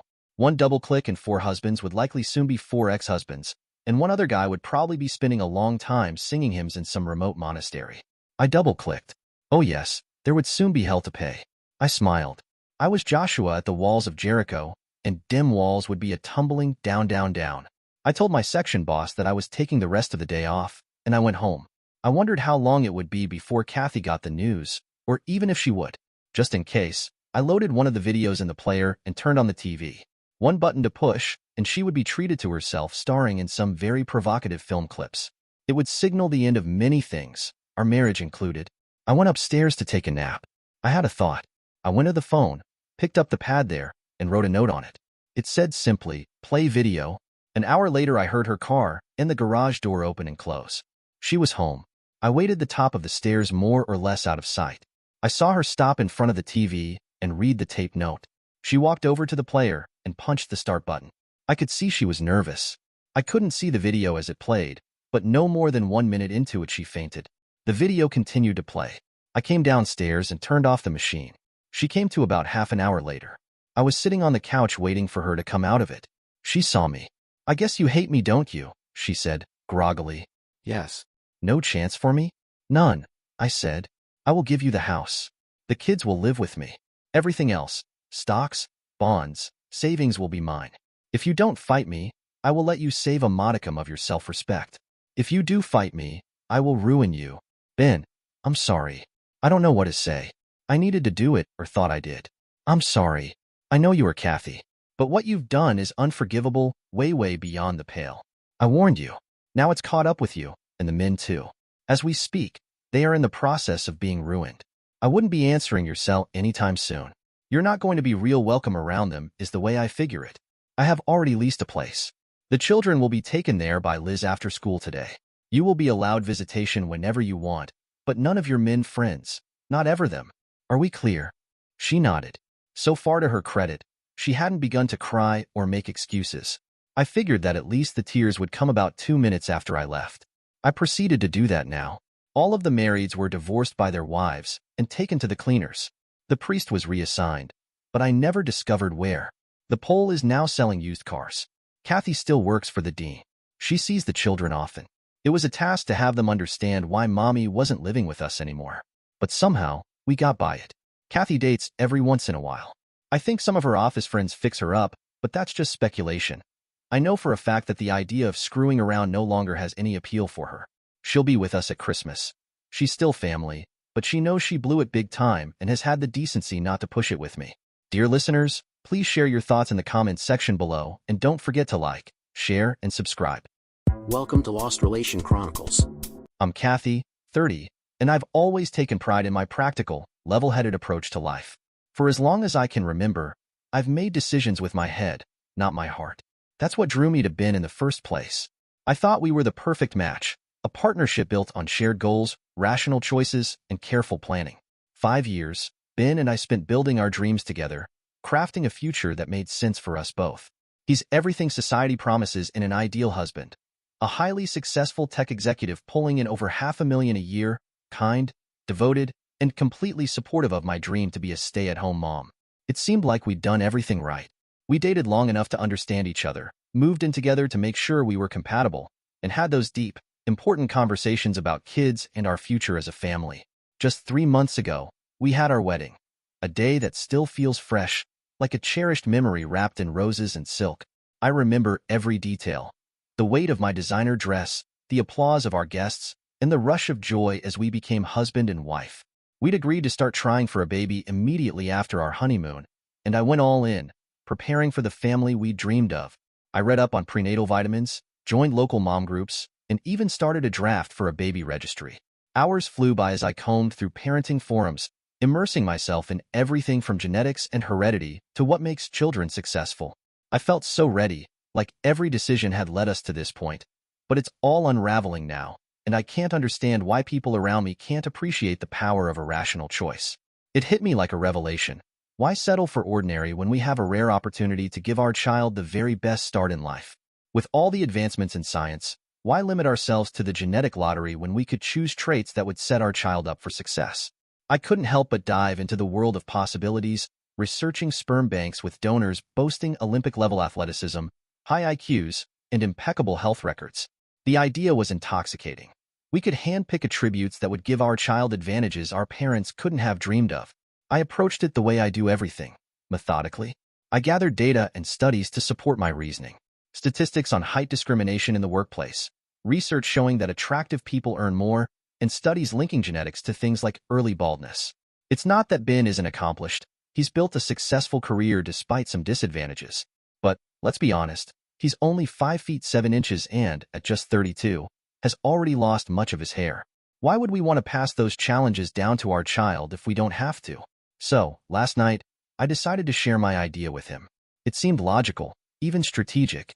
I presented it as a way to secure our child's future and give them an edge in a competitive world. But as soon as the words left my mouth, I saw his face change. It seemed like the perfect opportunity. We were discussing baby names again, and as he spoke so eagerly about our future child, I felt confident this was the right moment. I had my tablet open, neatly organized with research, donor profiles I'd carefully shortlisted, and even a few testimonials from couples who'd made similar choices. I wanted to lay everything out calmly, logically, so Ben would understand that this wasn't about love or commitment. It was about ensuring our child had every advantage possible in today's competitive world. I explained it all, pointing to a donor profile with remarkable traits. 6 feet 2 inches, a full head of hair at 45, an Olympic swimmer with multiple degrees. This, I said, holding up the tablet, could be our child's genetic foundation. We'd still be the parents in every meaningful way, but this choice would provide a head start that was otherwise impossible. It seemed to me like an extension of what we already valued. Just as we invest in the best schools, the best neighborhood, the best clothes, why wouldn't we invest in the best genes for our child? I even had studies ready to share, research showing how children with conventionally attractive features tend to have better social outcomes and that taller individuals earn, on average, more in their careers. But as I finished speaking and looked at Ben, the expression on his face startled me. It was as if I'd suggested something unthinkable, like sacrificing our firstborn to ancient gods, instead of a rational decision to give our child a solid foundation for success. Now let's check the story from Ben's side. They say you don't truly know someone until you marry them. 6 months into my marriage, I'm questioning if I ever knew Kathy at all. I'm Ben, 32, and tonight I'm alone in a hotel room, nursing a whiskey and grappling with how my marriage derailed over my genetics. The night started on a high. I'd closed a huge deal at work, the kind that could fast-track me to partner. I walked through the door, ready to celebrate, maybe even start trying for the baby we'd been planning for months. But instead of my wife greeting me with excitement, I found her on the couch, surrounded by papers and her tablet, with this intense look on her face, like she was gearing up for a boardroom pitch. The conversation started in the strangest way. We need to discuss the optimal approach to having our baby, she said. Not our plans for a family, not our future child, but optimal approach. I sat there, confused, as she launched into a PowerPoint presentation. Yes, an actual presentation about why my genes weren't, apparently, good enough for our child. She had slides, actual slides, on height discrimination in corporate America, dating success rates for bald men, even genetic studies on hereditary hair loss. She'd put together a cost-benefit analysis of potential sperm donors, with bar graphs comparing their traits to mine. When she got to a donor's profile, 6'2", full head of hair, an Olympic athlete with multiple advanced degrees, she actually looked at me and said, "Don't you want our child to have these advantages?" Like she was talking about upgrading our car insurance, not replacing half of our child's DNA. The anger hit me in waves. First, disbelief. I kept waiting for her to laugh, to say this was some cruel joke. Then humiliation, realizing she'd been planning this behind my back, researching it in detail while lying next to me every night. And then the fury. It took everything I had not to explode as she went on about logical choices and optimal outcomes. Finally, she finished with, "My body, my choice." She actually said that, like she was reciting from some twisted manifesto. "I get to choose the biological father of my child," she insisted. I was up on my feet before I even knew it, knocking over my wine glass in the process. "What happened to our child?" I asked, my voice barely controlled. "Our family? Our marriage vows?" I could feel the weight of everything we'd built starting to crack, and she just stared at me like I was the one who didn't get it. She actually looked surprised, like she couldn't understand why I was upset. She tried to launch into more statistics about genetic advantages, rattling off traits like she was picking out a racehorse, not planning a family with her husband. I couldn't hold back anymore. I cut her off. "What if our kid ends up with your traits, Kathy? Should we shop for an egg donor too? Someone tall and slim. If we're so hell-bent on optimal genetics?" The look on her face, like she'd been slapped, almost gave me some satisfaction. But wasn't that exactly what she'd been doing to me? Sitting there, systematically tearing down every physical trait I have, twisting them into genetic flaws she thought needed to be engineered out of existence. It was like she didn't even see me, just a collection of data points, weaknesses, to be eliminated for the sake of optimal outcomes. I couldn't breathe, couldn't think straight. I grabbed my keys and wallet and headed for the door, numb with rage and disbelief. 5 years of love and trust, shattered by a PowerPoint presentation on why I wasn't good enough to father my own children. As I walked out, she was still talking, still rambling about statistical advantages and logical choices as though she hadn't just burned our entire life down. I haven't answered her calls since, and I don't know if I ever will. How do you come back from your wife essentially telling you that you're not worthy enough, that you're a genetic flaw she can't let taint our future family? Now let's check the story from Kathy's side. It's been 3 days since Ben walked out, and I'm only now grasping that my attempt at a rational discussion has left my life in shambles. The silence from his end is deafening.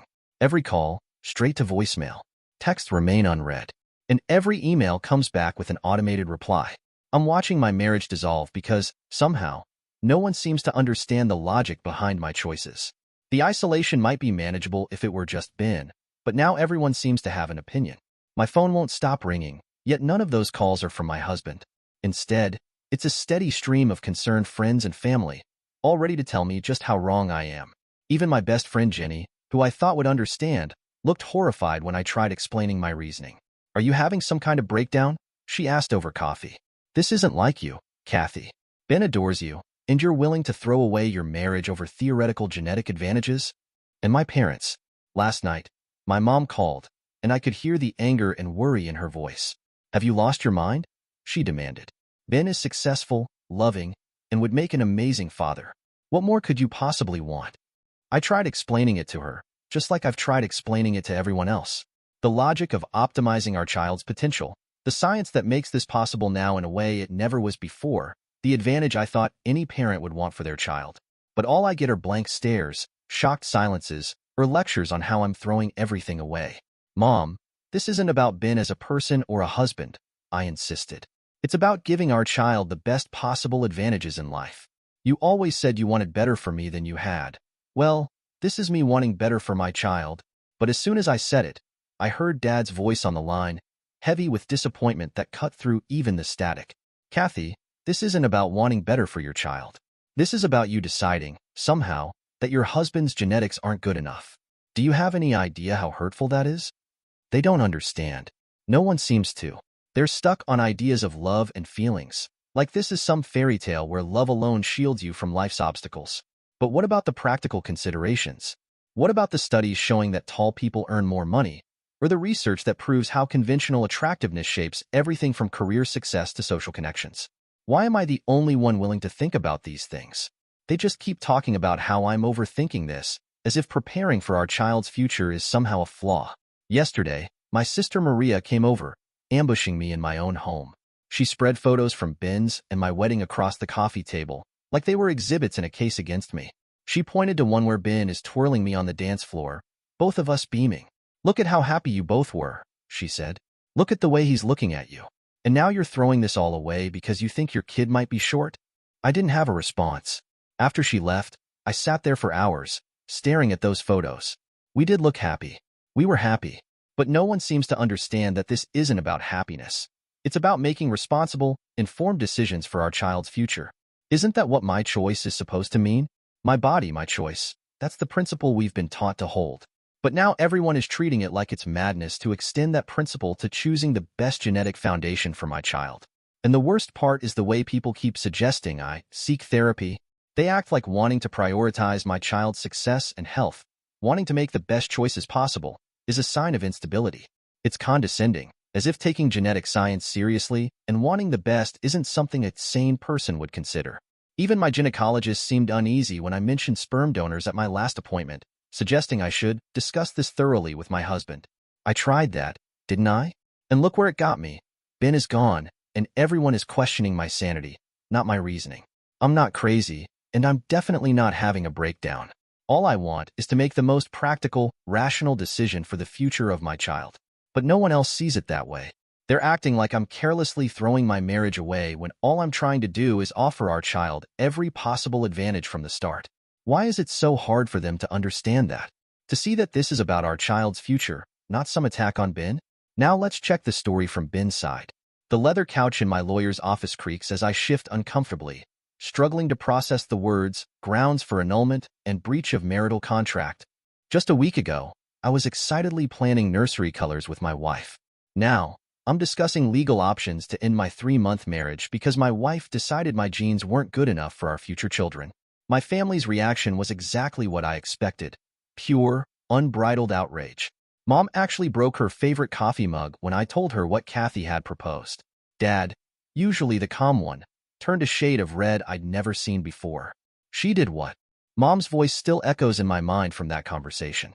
After 5 years together, after everything I've done for her, after all the plans we made, she started listing all the things I'd built for our future. The house I bought in the best school district, the college fund I was already setting up for our kids, the life insurance policies, the investment portfolios. And none of it matters because I'm not tall enough. My brother James, always the practical one, suggested I talk to a lawyer immediately. This goes beyond just hurting your feelings, Ben, he said during our third scotch at his place. She basically deceived you throughout your entire relationship. You married her thinking you'd have children together. Actually together, not with her shopping for designer jeans behind your back. When I finally met with the lawyer, a sharp-eyed woman in her 50s, she didn't even blink as I explained the situation. Apparently, I'm not the first person to find myself in her office over reproductive deception. She laid out my options in a clinical manner. Annulment based on fraud, since Kathy had clearly entered the marriage with intentions she hadn't disclosed, or traditional divorce proceedings. The courts generally take a dim view of reproductive deception, she explained, shuffling through the papers I had brought. She never indicated during your courtship or engagement that she intended to use a sperm donor instead of having biological children with you? I laughed bitterly. We spent 5 years planning our future family. She watched me set up college funds, helped me pick a house with enough bedrooms for multiple kids. Hell, we even filled out one of those ridiculous couples questionnaires about how many children we wanted and what we'd name them. The lawyer's pen scratched across her legal pad. And when did she first bring up her concerns about your genetic contributions? 5 days ago, I replied, my voice cracking despite my best efforts. Complete with PowerPoint presentations about height discrimination and studies showing how baldness affects career prospects. She had it all planned out, donor profiles, genetic counseling appointments, everything. While I was busy picking out cribs online, she was shopping for better jeans. Just then, my phone buzzed with another message from Kathy. I hadn't read any of them since that night, but my lawyer had. She's still insisting she has the right to choose the biological father, the lawyer notes, reviewing the latest email. She's not backing down from her position. That's what kills me. Kathy genuinely doesn't seem to grasp what she's done wrong. In her mind, this is just another logical decision, like choosing the best school district or the safest car. She keeps throwing around phrases like my body, my choice, as if this isn't about shattering the very foundation of our marriage. My sister Nancy summed it up best. She's treating having a baby like building a computer, just picking out the best components without any consideration for the human element. Kate's right. Kathy sees me as just a suboptimal component that needs to be upgraded. Now let's check the story from Kathy's side. The lawyer slides the annulment papers across her desk. Take some time to review these, she says gently. But given the circumstances, I strongly recommend moving forward quickly. The longer you wait, the more complicated this becomes. I stare at the papers, my wedding rings suddenly feeling like they weigh a ton. How did we get here? How did 5 years of love and trust end up reduced to legal documents with terms like reproductive fraud? They served me the annulment papers yesterday. Here I am, sitting alone in this empty house that was supposed to be filled with the sounds of our children by now. The papers lay on the kitchen counter, mocking me, while my phone keeps lighting up with messages from people I thought would understand. Should understand, but clearly don't. My parents' last message still burns in my mind. Until you come to your senses and realize what you've done, don't consider yourself our daughter. They actually sided with Ben, my own parents. They've blocked my calls after our last explosive argument, where Dad called me a calculating monster who doesn't understand the meaning of love or family. Mom couldn't even look at me. She just kept shaking her head and crying about how she'd raised a daughter who could be so heartless. In search of support, I've started posting on online forums, hoping to connect with people who might understand my perspective better than my so-called family and friends. But even there, I'm getting pushback. You're not choosing a handbag, one commenter wrote. You're talking about your husband's child. As if I don't know that. That's exactly why I wanted to make the most logical choice. Last week, I ran into Jenny at the grocery store. She literally turned her cart around and went down a different aisle to avoid me. This is the same woman who was my maid of honor and held my hand through wedding planning panic attacks. Now she can't even look at me. All because I dared to think practically about my future child's genetics. The support group my therapist recommended, The one I only joined to show everyone I was trying is a joke? They keep insisting I need to recognize the harm I've caused and understand the emotional impact of my decisions. But what about the emotional impact of watching your child struggle with the same physical characteristics that held their father back? Why am I the only one thinking long-term here? The annulment papers cite fraud and reproductive deception. Reproductive deception, as if wanting the best for my child is somehow fraudulent. My body, my choice, that's what we've always said, right? So why doesn't that apply when it comes to choosing the biological father of my child? Why is everyone acting like I committed some horrible crime? I've started looking into sperm banks in different states. Maybe I'll just move somewhere new, somewhere people don't look at me like I'm some kind of monster. Start fresh, find a clinic that understands my perspective, and have the baby I want, the way I want. After all, I don't need anyone's permission or approval. This is my choice, my future, and my child's future. Let them all judge me. Let them whisper behind my back at family functions I'm no longer invited to. Let my parents pretend they don't have a daughter anymore. I know I'm right. When I have my perfect child, tall, athletic, with a full head of hair and all the advantages I can give them, everyone will see I made the right choice. And if they don't, well, I've already learned I don't need their approval or understanding. The funny thing is, they all keep saying I need help, that I'm not thinking clearly, but I'm thinking more clearly than I ever have. Everyone else is letting emotions cloud their judgment, while I'm the only one looking at this objectively. Maybe that's my real crime, being too logical in a world that runs on emotion. The annulment will be finalized next week. Ben's lawyer ensured it would be processed quickly. Fine. Let them all think they're punishing me. Let them all judge me. I'll stick to my principles. I'll have my baby my way, and I'll raise them to understand that sometimes being right means standing alone. 1 year later, Ben is at his new home with his new wife, who is 2 months pregnant. I was just settling in for the evening, nursing a glass of whiskey and trying to drown out the echoes of what my life had become when my phone buzzed. It was an unknown number.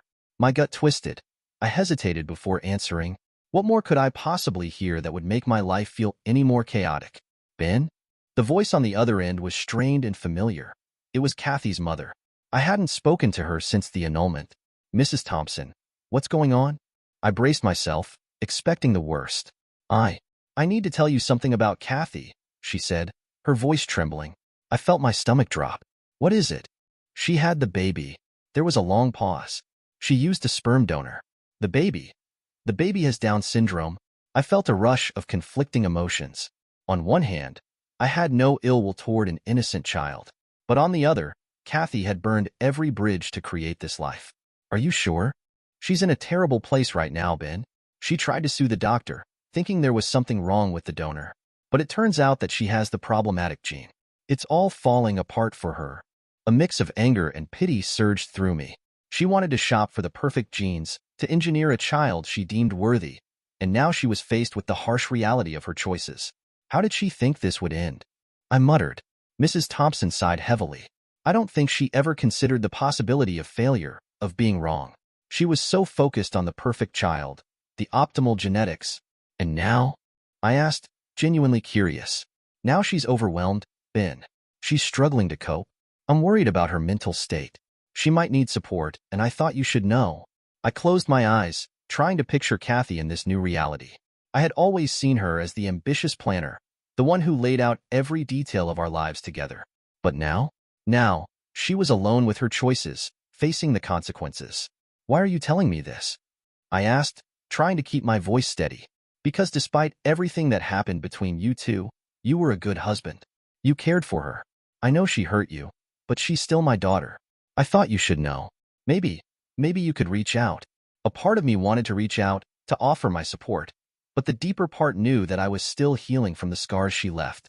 I can't just walk back into her life like that, Mrs. Thompson. I need to protect myself too. I understand, but sometimes the best way to protect ourselves is to extend a hand, even if it's just a small one. She's hurting. I'll think about it, I said, though I had no idea what that meant. I hung up, staring at the wall, my mind racing. Kathy had wanted the best for her child, yet here she was, facing something she hadn't planned for, a situation that demanded more than genetic advantages. In that moment, I realized something important. Life doesn't care about our carefully laid plans.